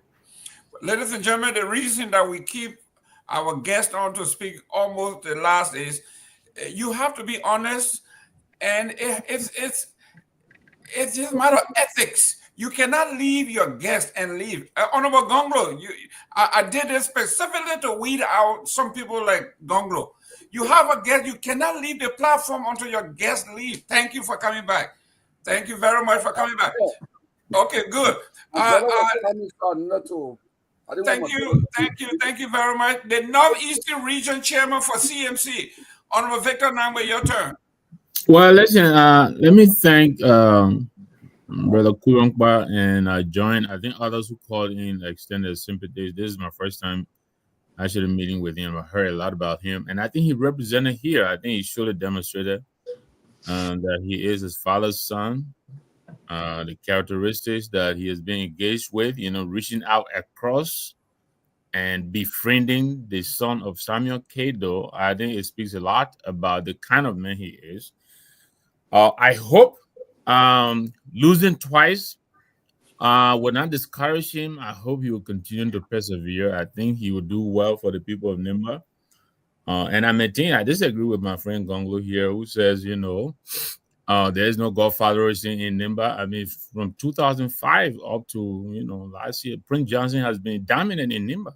I don't think it is because the Nimba people wanted him to. Gongloe, I know, didn't want that. Larry Youngway, other people tried. But, I mean, look at what he did. Wherever he wanted the people of Nimba to go, they went. That is indisputable. From Ellen Johnson to Wea to Bwaka, all over the place. So his departure, I think, will give young guys like Kurunkwa here an opportunity to emerge, and do better than Prince Johnson ever did for Nimba. So I like to wish him all the best. I'll be watching, and I hope you emerge, my brother. Good luck. Thank you. Thank you. Honorable Pewee. Thank you. I think from that aspect, Prince Johnson play into the poor of Nimba, right? He created that belligerent style, or put a look at Nimba as a belligerent kind of a people. Sorry to say this. He believed that he was the only hero that could do things. So he played into that process about being the godfather of the county. And what he did, he cleverly put great intellectual against, or put the people against those kind of individuals. For instance, he'll come and blatantly, with malicious intent, lie on a good brother like Anthony and say he want to do this. And trust me, the people, they start to believe in that. And that's why I will now call on most of the current government officials to stop doing those things. Try to detach yourself from those kind of thinking. The way people would want to take you, in America, they have great politicians, Jackson F. Doe, Doki, Mr. Doki. We have Mr. Moses Duopu. These are great intellectuals with kind mind, had direct thought process as to how the country should move forward. this kind of an individual we had before, the late education minister, Kotu, and the rest of that. Their vision for Liberia was beyond NIMA. They didn't see NIMA as the way to go about things, right? The monolithic politics Prince Johnson took for almost 2 decades in NIMA is all over now. We have to strike the balance here to ensure that NIMBA will consider ourselves one of the part of Liberia that will move to, because if you want to do this issue about this level of political isolationism, and that comes to hit on you, it's going to be a terrible thing. And that's not a good thing to do. And I want to believe, as I listen to my own dear brother, what all he said, and listen, my brother, let me say this to you. We're going to support your vision, the thought process as to what you want to move on in doing, go about doing things. Mr. Gongloe says quickly something here about if I'm still, listen, neo-progressivism is an act of, as a thought process that is revolvent across the country. It has reverberated through other 15 political subdivisions. I come in. You are a neo-progressive first before a Liberian citizen. So you think Liberia, you speak Liberia, and project Liberia. So neo-progressivism is beyond individual political party. That's why we are all citizen first before going to be individual political partisans. So listen, everyone is a neo-pro. You are a neo-pro, I'm neo-pro. Everybody here is a neo-pro. It's about the process of projecting and moving the country forward. So let's say a very wonderful good evening to my dear brother, and I want to say thank you. And let me call on those people that they think that NIMA is an island. NIMA is no island. Don't create that area. We can work, and if that you portray that, and you don't win election, the future president may want to target you on the basis of that. It happened before, and listen, people are not stupid in the country. So let's move the country and democratize us, and people should win election on the basis of how they're winning. But people not can believe that, oh, anybody alone can do this. Hell no. That's a blatant misinformation, and no one should go that kind of a negative thought process. Thank you. Thank you. And to buttress Mr. Pewee, I'm from Grand Bassa County, and Bronsky will tell you that the Bassa Bell didn't make him president. NIMA would never make anybody president. Absolutely. Liberia can make you president. Honorable Kuhokwa, your parting comments. Thank you very much. I don't know if Dr. Peabody spoke. Well, you left me out no part. No. After you. No. The man said that as soon as Bassa people say, now the Bassa people dominate. That's right. We got to split it up. Yeah. Go ahead. Let him not be allowed to talk. Let us speak. Let everybody speak. You know, that's being unfair to you guys. Yeah, but I was going to. That's true. Let me speak. Close us. Okay, Dr. Peabody, go ahead. I was going to turn it down. You before you go ahead.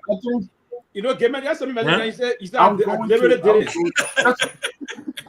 thing I want to say, Mr. Kuankwa, President Boakai just decided to have a funeral and rebury all those who, like the Talberts and the Doles and others who died in the Civil War. I think it would have been befitting to also include Thomas Kuankwa, because I think his role that he played in Liberia at the time as well, it would have been befitting to really add him to that, and so that his legacy will live on. But what I want to say, I'm hoping that all the people in NIMA who are watching this show today will continue to join us on Monday to Friday for the closing argument. But Mr. Kuankwa, all I will say to you, I think your performance here today was exemplary. I think outstanding. I think you could be a great politician in Liberia, not only for NIMA, but even in the Republic of Liberia as well. So, but as we conclude here, I'm hoping that you will bring the legacy of your father. We'll go to NIMA and say we want to go see where Kuankwa is from and see something about him in that place. But thank you for coming to closing argument tonight. Yes, is a new pro, so he's saying I can't think. So the new pro. Let me say this way. I'll say thank you again to Anthony and Mr. Gamer, Big Boss. Thank you so much, Mr. Kuankwa, brother Kuankwa. You have brought a lot to this discourse. I mean, you got people, stakeholders in Liberia out tonight. Those who call them big shots, they are up tonight because the conversation we had tonight, and a lot of have been reviewed. I know Russell and Gamer try to push you to review some stuff, but you haven't. But it will come on one of these days to know as we continue. But they did a good job trying to push you. But honestly, you heard your thought. You did very well. I mean, the people were impressed. Getting a lot of calls, will come in saying a lot of things about this show tonight. We appreciate you. I want to say thank you so much. And like Peabody said, your best days are still ahead of you. Don't give it up. You still got a lot in Liberia to do. You know, don't give it up. And maybe right now, like somebody said, I don't think you have any Godfather in Nima now. I think that Godfather, I think people should go when people actually, oh hell, that great water county. I don't know whoever feel that legacy, feel that is a full step of this, but you guys have done well tonight. But somebody want to say something, somebody just called to say something. Go ahead, you're live. Thank you for taking me. This is Lloyd Scott. Unfortunately, I got on the show towards the middle. But again, I was very proud of my brother, Anthony. I could feel the pain sometimes as you spoke, because this is a life story that we've shared for more than 3 decades. So, but I was very proud of you, your call to national unification, your nationalistic appeal. You know, I hope those things people remember.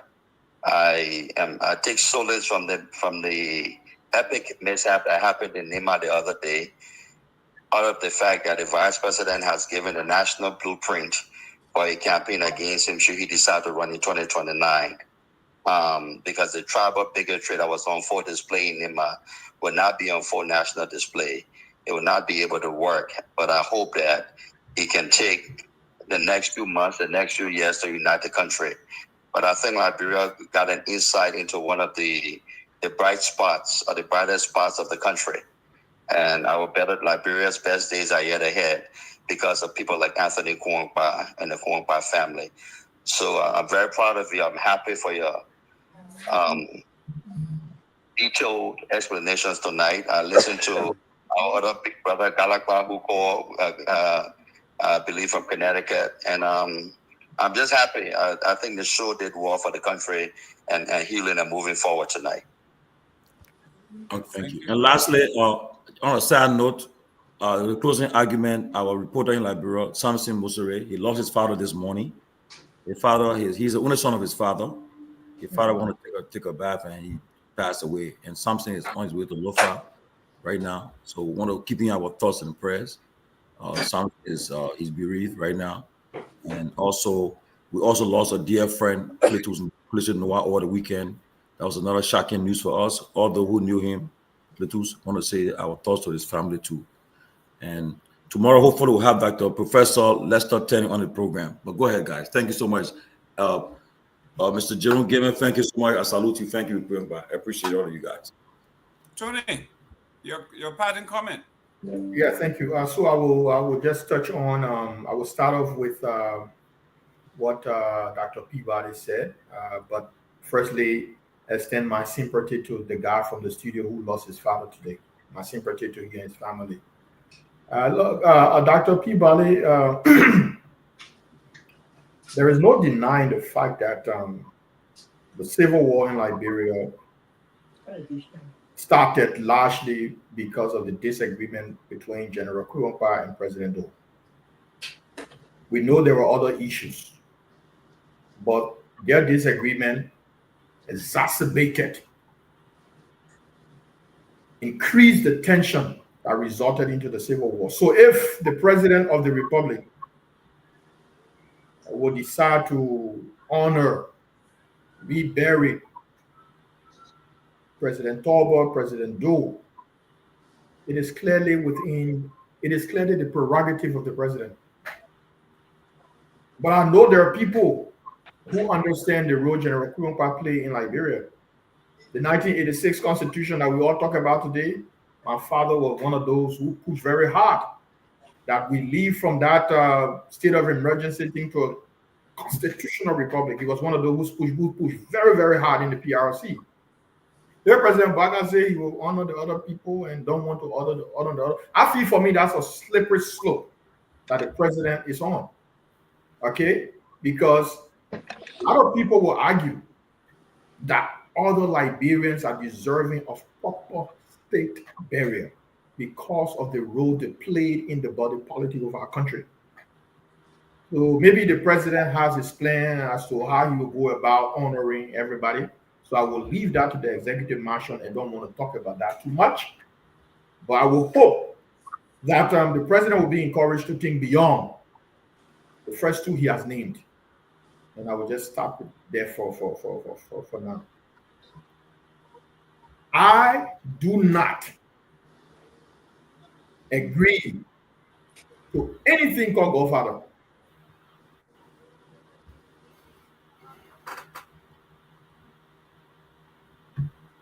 Godfather thing has never benefited any group of people, let alone a county, to the best of my knowledge. I don't believe the vice president is even thinking to be Godfather. I don't believe he's thinking to be Godfather. And I will give him the benefit of the doubt. We do not want a situation again where people will determine who drink water in which district in Nimba County,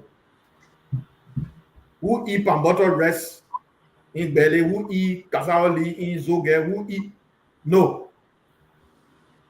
The vice president is the vice president of the Republic of Liberia. He comes from Nimba. We respect that. But we, when I say we, I'm talking about me being part of that group that will reject any form of Godfather business in Nimba County. We respect our leaders and we will keep it that way. The people of Nimba have been through a lot over the years. People must be elected on the basis of their competence and qualification. Not because somebody can hold a hand and say, vote for the person. We don't want that. The people of Liberia don't need that. So I know my brother, the vice president, is not thinking like that, so we can't have that discussion. At 4 years old, I lost my father. God first, my mother, who wasn't well yesterday, but I know she's doing okay today now in Brockville. And the blessings of many good Liberians who came in my life at various intervals when I needed them the most. How do I see Liberian politics? We need to move beyond the regular Liberian politics and be more nationalistic in our approaches. You can't have a country where public officials are the richest people. For 1.5 years, what major legislation our lawmakers have proffered? What have they been working on for the people of Liberia? All the bickering you hear about, everything you hear about in Liberia is about money. People go into public service to enrich themselves.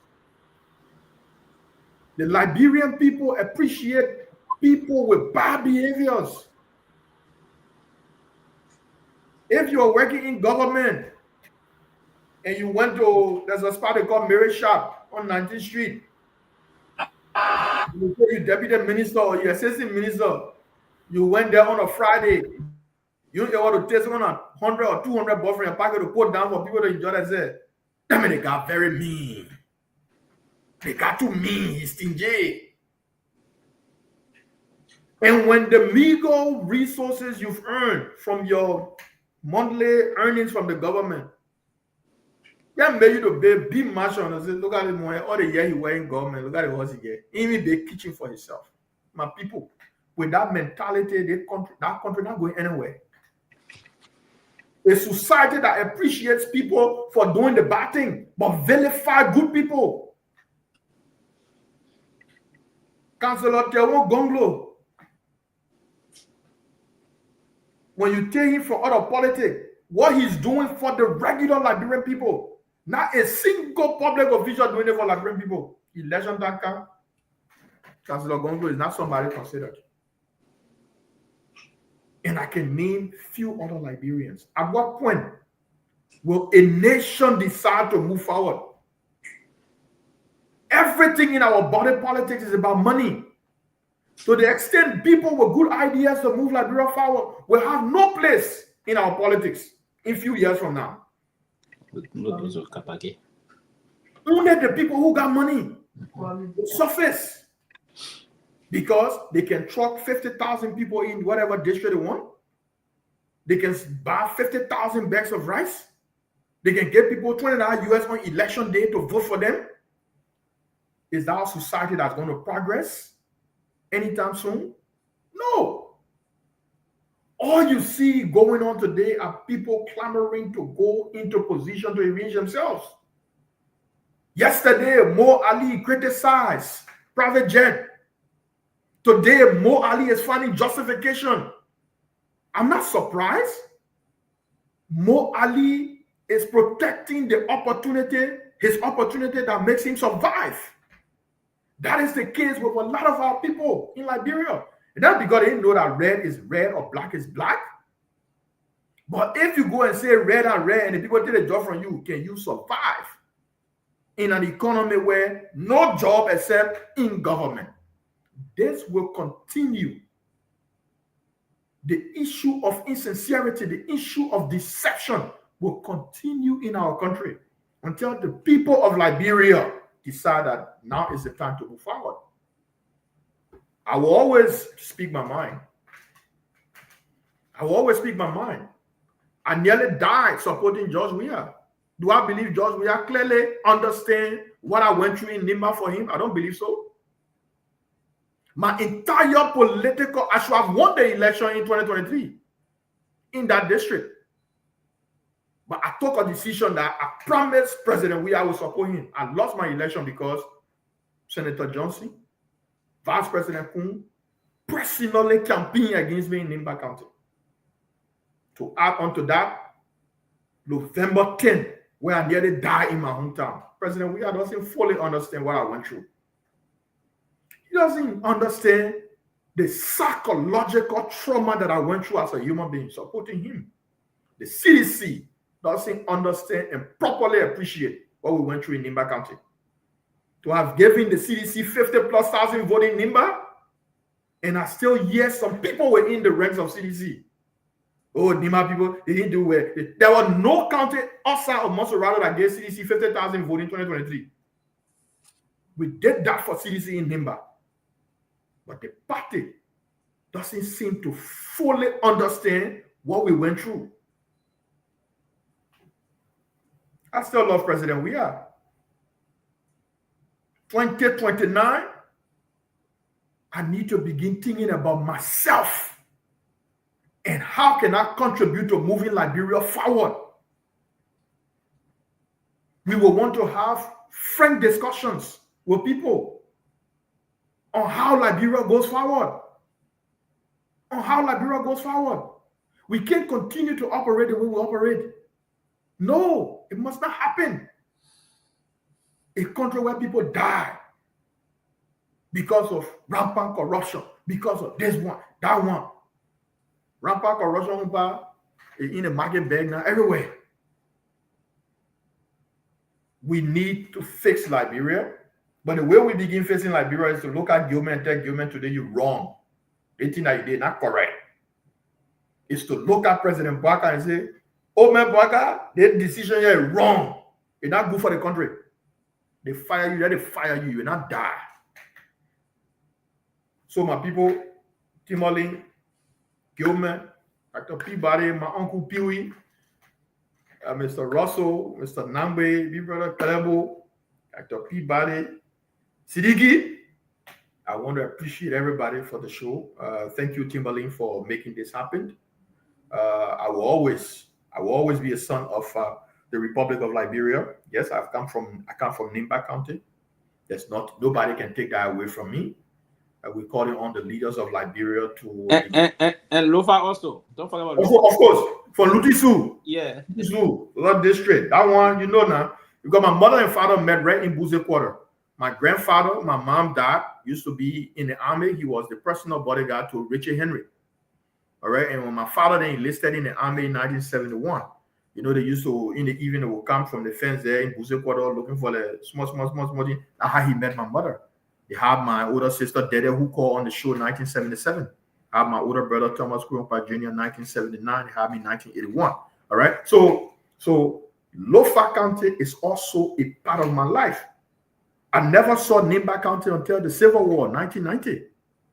Right? So from there on, I always frequented in Nimba, was with my grandmother, my dad's mom, until she died in 2005 in the circles. So we should begin talking Liberia. The other party, that other party, that other party. Which party talks Liberia is what we should look at this point. You know, so to all my, because I'm a member of the Uyashen Club, right? And President Uyah was very smart in coining that thing. Those are all who are now full-fledged members of CDC that supported him called Uyashen. So that tag with us. So we the Uyashen people and all that. But I think the CDC needs to go into the closet, needs to re-strategize, like Siddiqui said, needs to re-strategize. What your strategy you have for Liberia, talk about it. Vice President Jeremiah Kuhn, you in power, you will determine whether you want to stay in power. You want to stay in power, that's your decision to make. But what's important to Anthony Kuhn is how do we collectively work together to move our country in the right direction? There's too much rhetoric thing here got stopped. When people being deceptive, we tell you straight, they think you're talking not correct, forget about it. Until we begin doing that, we're not going anywhere. So thanks for the opportunity. Looking forward to interacting with you people more often. I can never leave Liberian politics. My father died in the process of ensuring that justice, equality comes back to Liberia. The son of him can never back down. So I'm in it, and I'm in it for the long haul. Thank you. Thank you very much, ladies and gentlemen, for tuning in. Great oration. A real program note, we are in touch with Bishop John, the former Bishop John Innes. We would like to have him on the show. We want to have his say, hear from him what his take on the division in the United Methodist Church. I know we got some United Methodist folks on here, but we would like to find out what he's thinking. There you go. I see Brother Russell. I see Tomalin George. You always have problems in that church. That's right. So we're going to hear his side of the story, what he's thinking, whatever thought he had. We also had the former retired state representative from the state of Florida. She was a member of the NAACP, you name it. Member of the Black Caucus and all of that. We're working on her to come and help us. We're also talking with the manager for Waste Pro. The folks who are they are the specialists when it comes to moving trash and all of that. So they will be talking trash. That's the title. They call it Talking Trash. How to sanitize city, how to move trash. That's Waste Pro. They're all over the world. Major folks. So ladies and gentlemen, thank you for the show. Mr. Kurumpa, thank you very much. Honorable George, thank you for giving me the opportunity. Dr. Peabody, in the voice of the late Casey, he said, goodbye, take care of yourself, but most important, take care of each other. See you tomorrow. God bless. Good night, guys. Good night, everybody. See you guys.